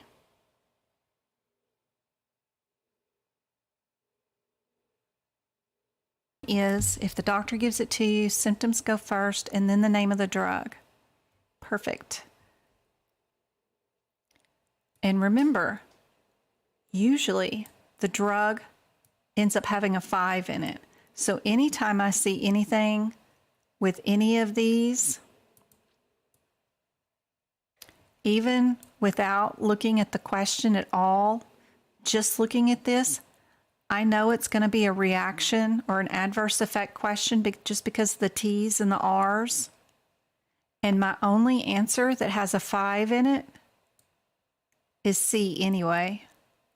So that's the answer. Yeah. But let me show you in that CPT book real quick where I would put that info.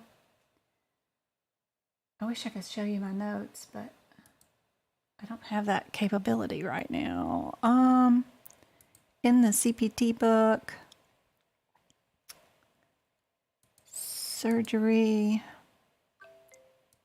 we're going to go, yep. We're going to go cardiovascular.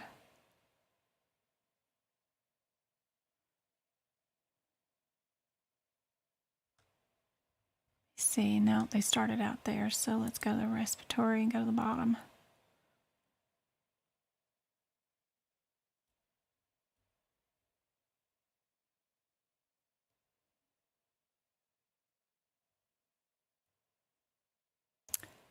Slow internet. It's like dial up, dude. I know I'm streaming, but yeah, the internet may be giving out. It is 8:16 here in Arizona. Everybody's gotten home from work. They've started their laundry, done all their chores, let the dogs out. Oh man, can I not see? I know I have to be able to see. Can't I see the cardiology stuff?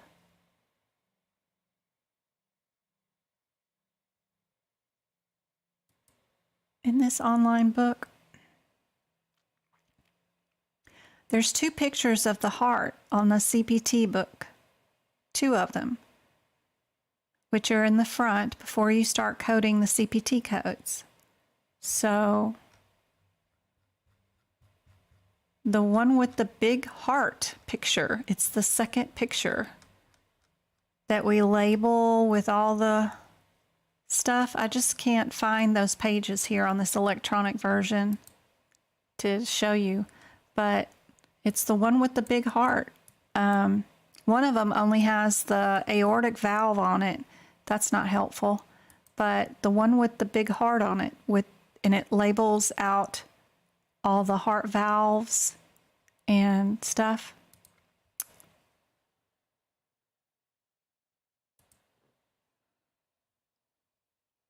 Bottom of that page is where I have it in my notes.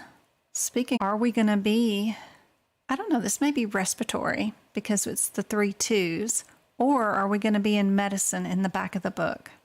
Let's look at our headers.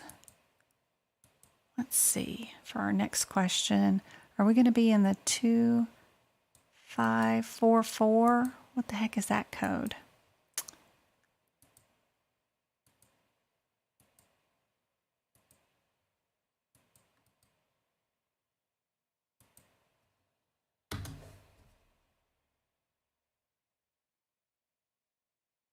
Ooh, this may take forever. Y'all may have to look yourselves. Let's get to the codes, maybe. So we know the answer isn't going to be that one. That's cool. So let's go to the 9 6s.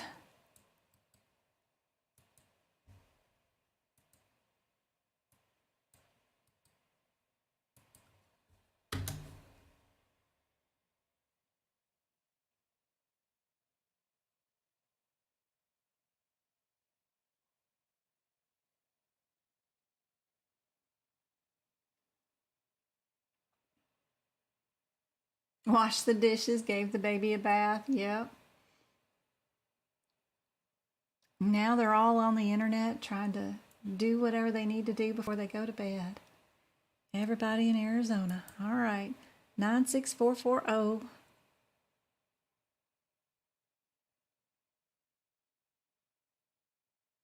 Ooh, we got 10 more minutes. Come on, internet. It's funny. It says waiting on lumberjack Vitasource. It's funny. Ooh, we got chemotherapy administration into the pleural cavity. Are we doing chemotherapy today? Let's go check out our question. Uh-oh. There we go. Good. Chemotherapy agent into what cavity? Pleural cavity. Awesome. I just got lucky. Lucky with that one being B.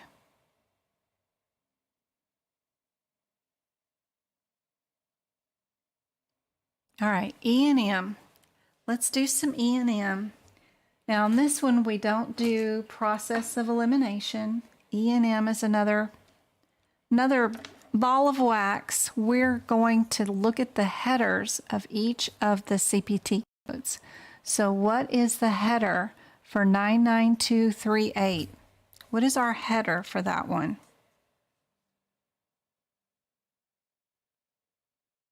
YouTube's not working. My frame rate is in the orange. I don't know what that means.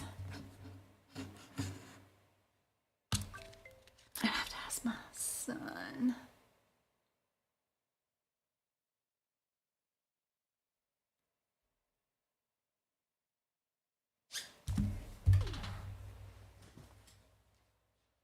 I'm gonna see if he's around.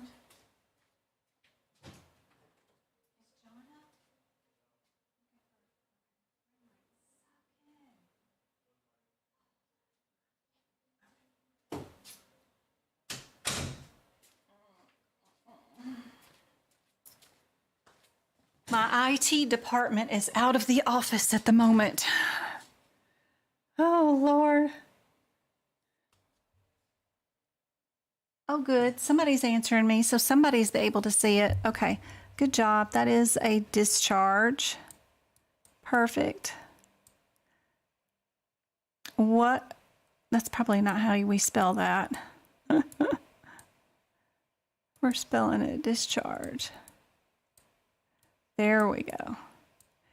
All right, what is our 231? What kind of header does our 231 have?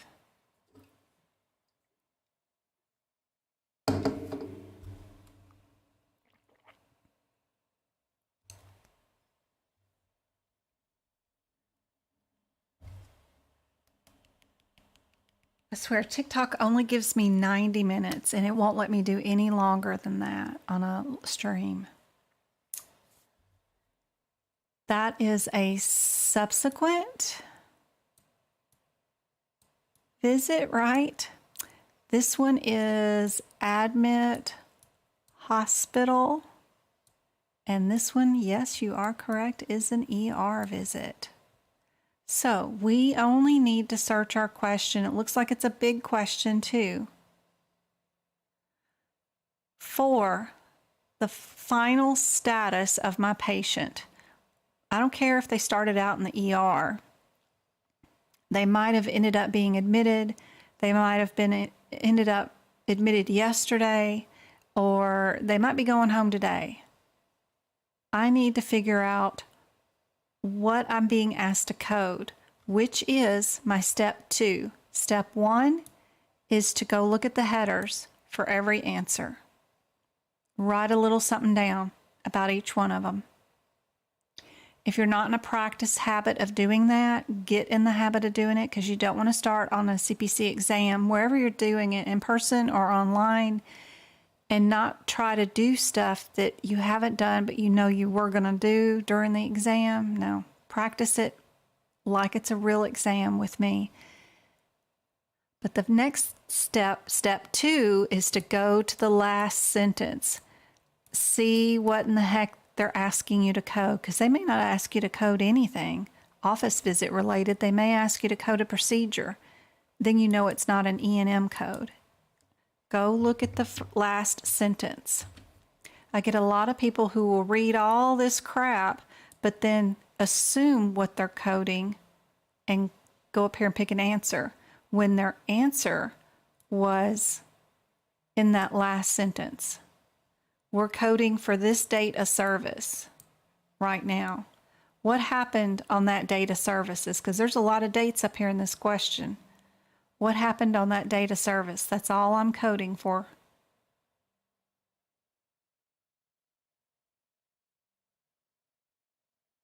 I see a lot of people have assumed. What happened on the 20th?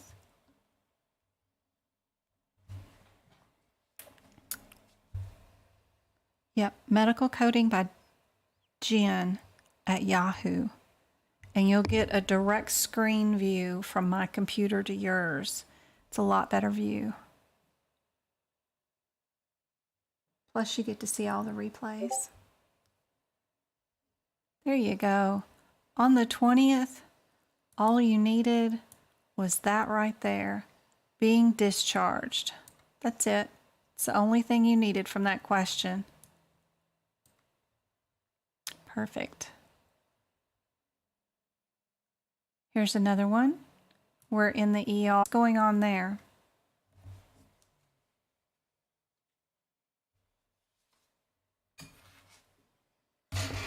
I'm almost done with integumentary system notes. They're handwritten instead of typed, but I'm almost done with them. Hopefully I can get those posted tonight or in the morning, just so you guys know for 2023. What is R470?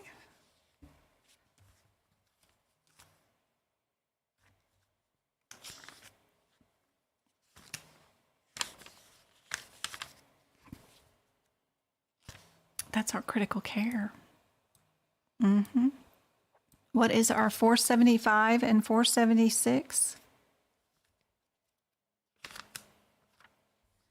And you need to be able to get to the codes super fast and find them, even when they're all out of sequence and messed up everywhere else.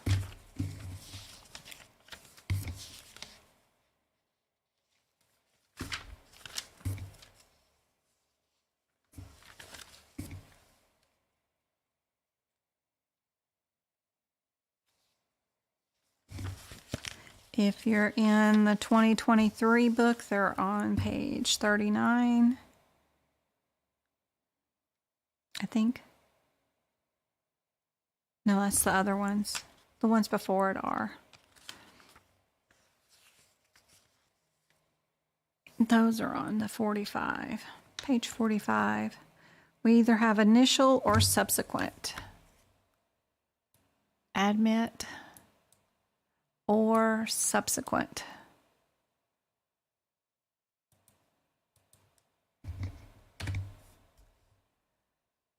Don't forget to read your last sentence. What are we coding for? Verify what you think you're going to be coding for, or you think it.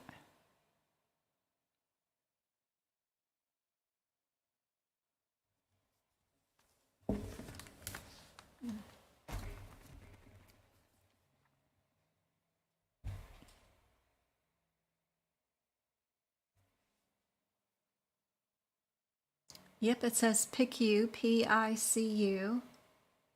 Not neonatal, because they're 3, but PICU, pediatric. I know what you meant, though. Do you see time in this question, Go-Kart? Because if we're going to bill for $291, you would have to have time, right? It would have to say 30 minutes, 45 minutes of critical care time. They would actually have to state it. Do you see that?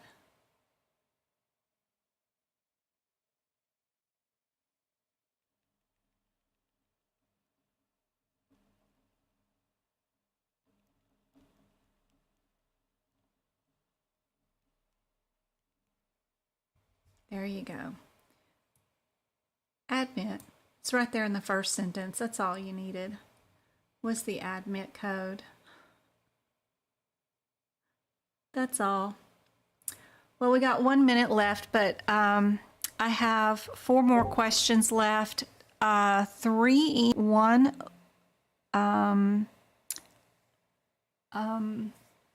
anatomy, but I'll save those for Friday since the internet is just not being nice right now with this storm that's going on. But I hope this was helpful today. I hope it wasn't too confusing with the Mohs surgery stuff, but I thought it was cool. And of course, I'm interested because I've got the workshop coming up this weekend. So I hope to see a bunch of you guys there for the workshop on Sunday. And yes, if you can't attend, of course, you get the replay for 90 days. When you do book the workshop, you get an email that says, here's our link to join. That same email is the same link that you'll watch the replay in a week from now. Look for something else different. So hopefully that's helpful. What else did I have up here? Just the urinary system. I'm going to need to finish doing it too, but I'm almost done with the integumentary. I was trying to get out it and muscle before Sunday. Probably won't get muscle done, but at least I've got integumentary. I still got to do my prefixes and suffixes here for the UA system, and a lot more code highlighting and notes for the urinary system. But look at that artery. Got it in red. And then underlining all the ones that included the radiological supervision. That way we know we don't add any 7,000 codes. Got that done. If it's a unilateral procedure, it's noted. It's kind of cool. All the red do nots, all the out of code sequences fixed. But still got a lot of work to do here on the urinary system. It'll be typed instead of hand done. But still working on it. Slowly but surely. I just get so excited and stay up all night long working on all this stuff. We do not have a class this Friday morning because the boys are home and I'm working away with the real job too. So no duck class this Friday, but it will come back next Friday. So I hope to see all my little ducks on Friday. I get to boot MK from my duck class since she's no longer a duck. She's a swan now. She has passed her CPC. So proud of you. That's awesome. But I look forward to seeing everybody else next Friday. And hopefully my audit season will be over soon with work and I can close my audit year down. Please go over cardiovascular. Awesome. Thank you, Go-Kart. It's my duck class for my repeat exam takers, the ones that do that have taken the CPC or their medical certification exam multiple times and still haven't passed. I don't know how we came up with the name of ducks. It started out as Failure Friday, and I just couldn't call everybody a failure. That was just not my thing. I couldn't keep up with it, even though it was really kind of funny, but not funny. It kind of hurts. It stings a bit. So I don't know how I came up with the ducks, but y'all are my ducks.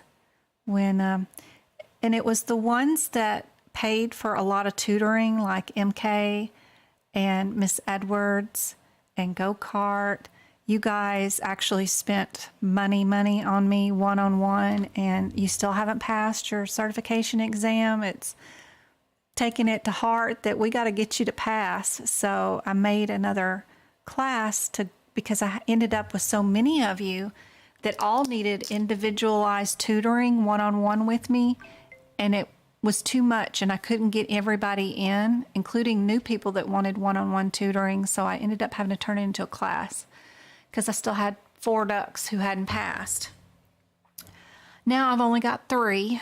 I got Chrissy, Go-Kart, and Miss Edwards.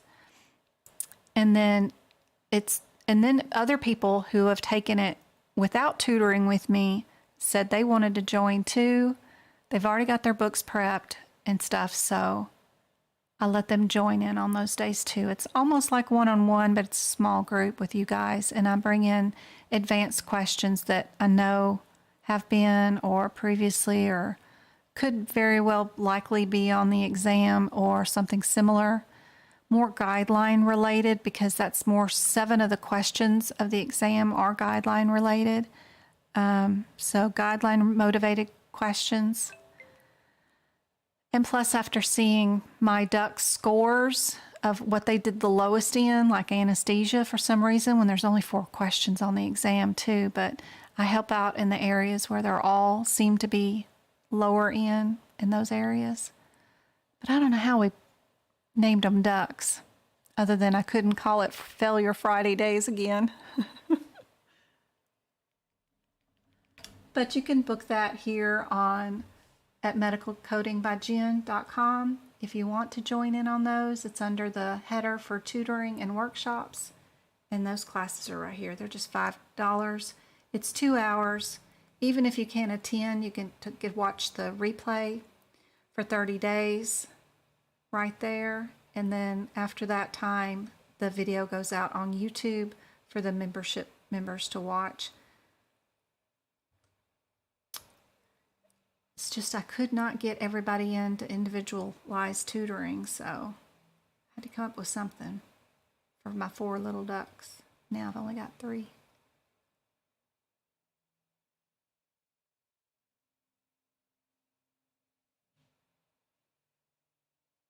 You got a 75 on anesthesia this time. That's great.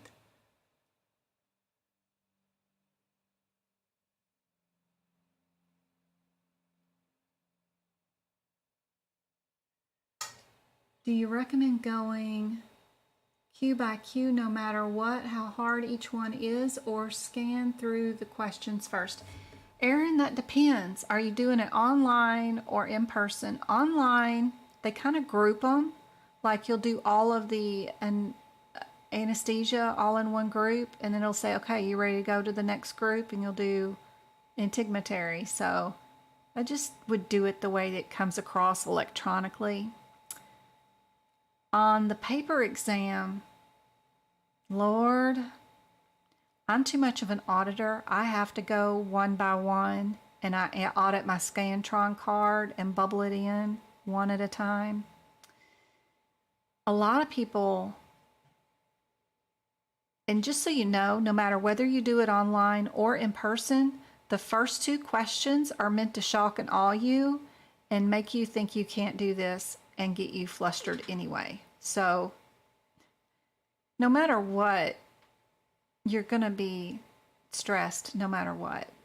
Some people find it a lot easier to go to the back of the book and start from the back of the book and work your way forward, because that has the quicker anatomy questions and the ICD-10 ones, and work in reverse and do the Scantron card that way.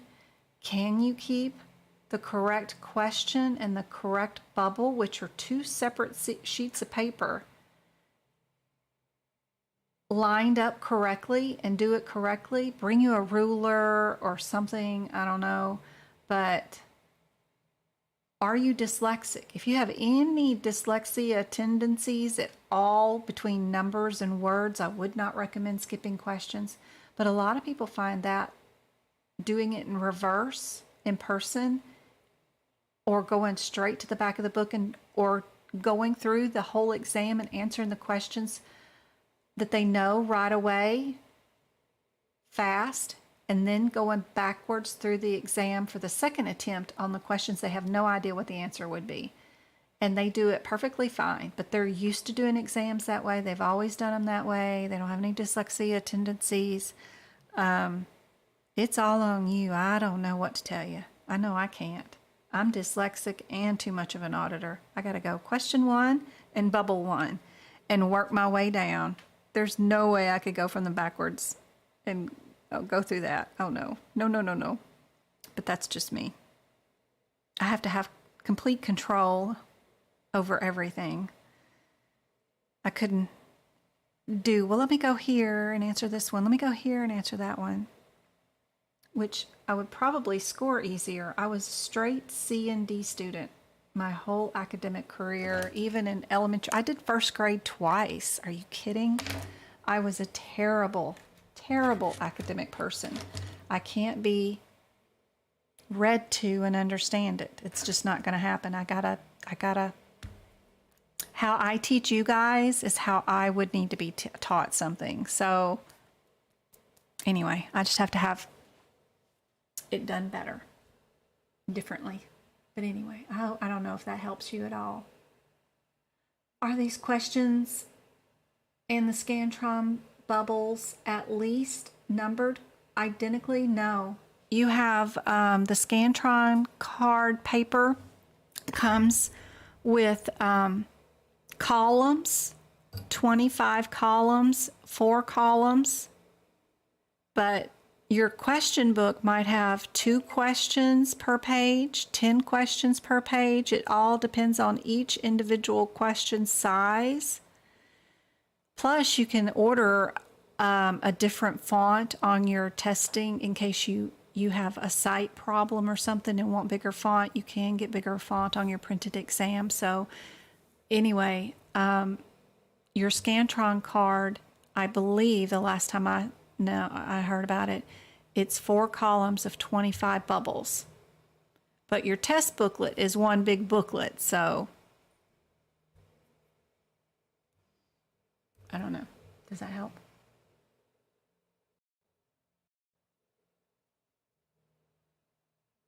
But you need to do, 25 questions, 1 column of questions every hour. So if you take a watch, one that has a minute hand and stuff, and you keep track of every time you finish a column of bubbles and look at your watch, you can tell if you're doing good on time. If you're doing my process of elimination, except for E&M, and you're not reading the questions from beginning to end, you're going straight to the answers first, you should actually get done with a column every 40 minutes, and you should have an hour left on the exam when you get completely done. People who pass by not reading the questions, doing the process of elimination, looking for similarities, coding irregularities, and they get done with that exam in 3 hours and walk out. And don't go back and look at the answers and questions and second guess yourself. Don't do none of that. Answer what you think it is with the process of elimination, looking for irregularities, looking for similarities. Answer it, keep going. Don't look back. But if you're any slower than doing a column every hour, if you get done with a column and you realize you've taken 2 hours to do that first column, you're in big trouble, and you're reading all the answers and all the questions, and you're going to get confused, see stuff you shouldn't see, because those exam questions are written with psychologists who know human nature, and they know if they put these words before these words that you're going to think it's this word or this way to code it, and you're going to get them wrong. You got to take the human nature out of it and don't read the questions. Nope. Yeah, don't second guess your answers. Don't. Answer it with my little techniques and move it on. Don't second guess.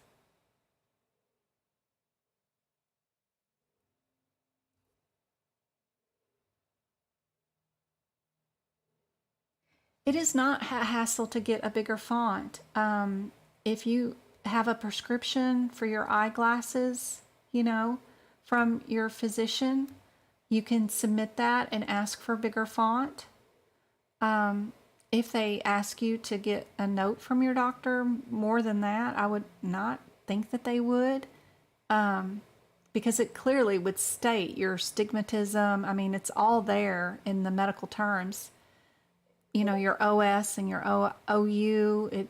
Yeah, all you need is to email that to ada@aapc.com at least 6 weeks before your in-person exam, because they do get these printed a month in advance, 3 weeks in advance or so, and send those booklets out to the testing facilities. So just send your prescription to AAPC as an attached PDF and let them know I have astigmatism, I have a sight impairment, visual impairment, see my prescription attached. Could you please give me an exam booklet with higher font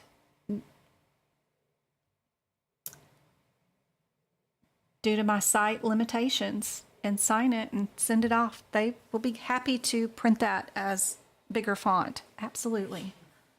You just need to give them enough time. That way you can cut down on the headache, you know, you might get too. So, super helpful.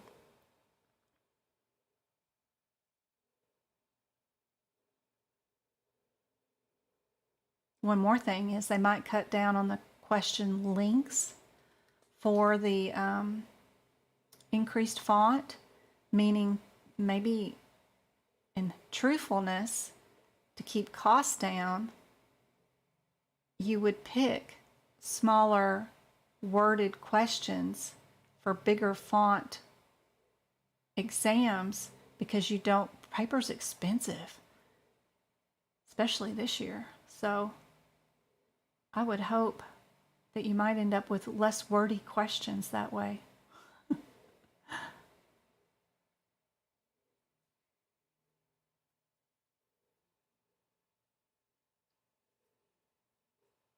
I changed one more question. I'm glad.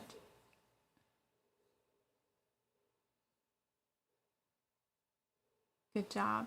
Good job, MK.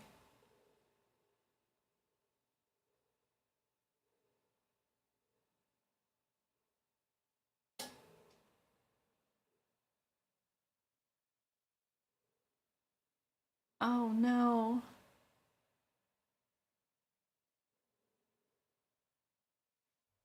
I think you got anatomy 100% a couple of times. Good job. Good job.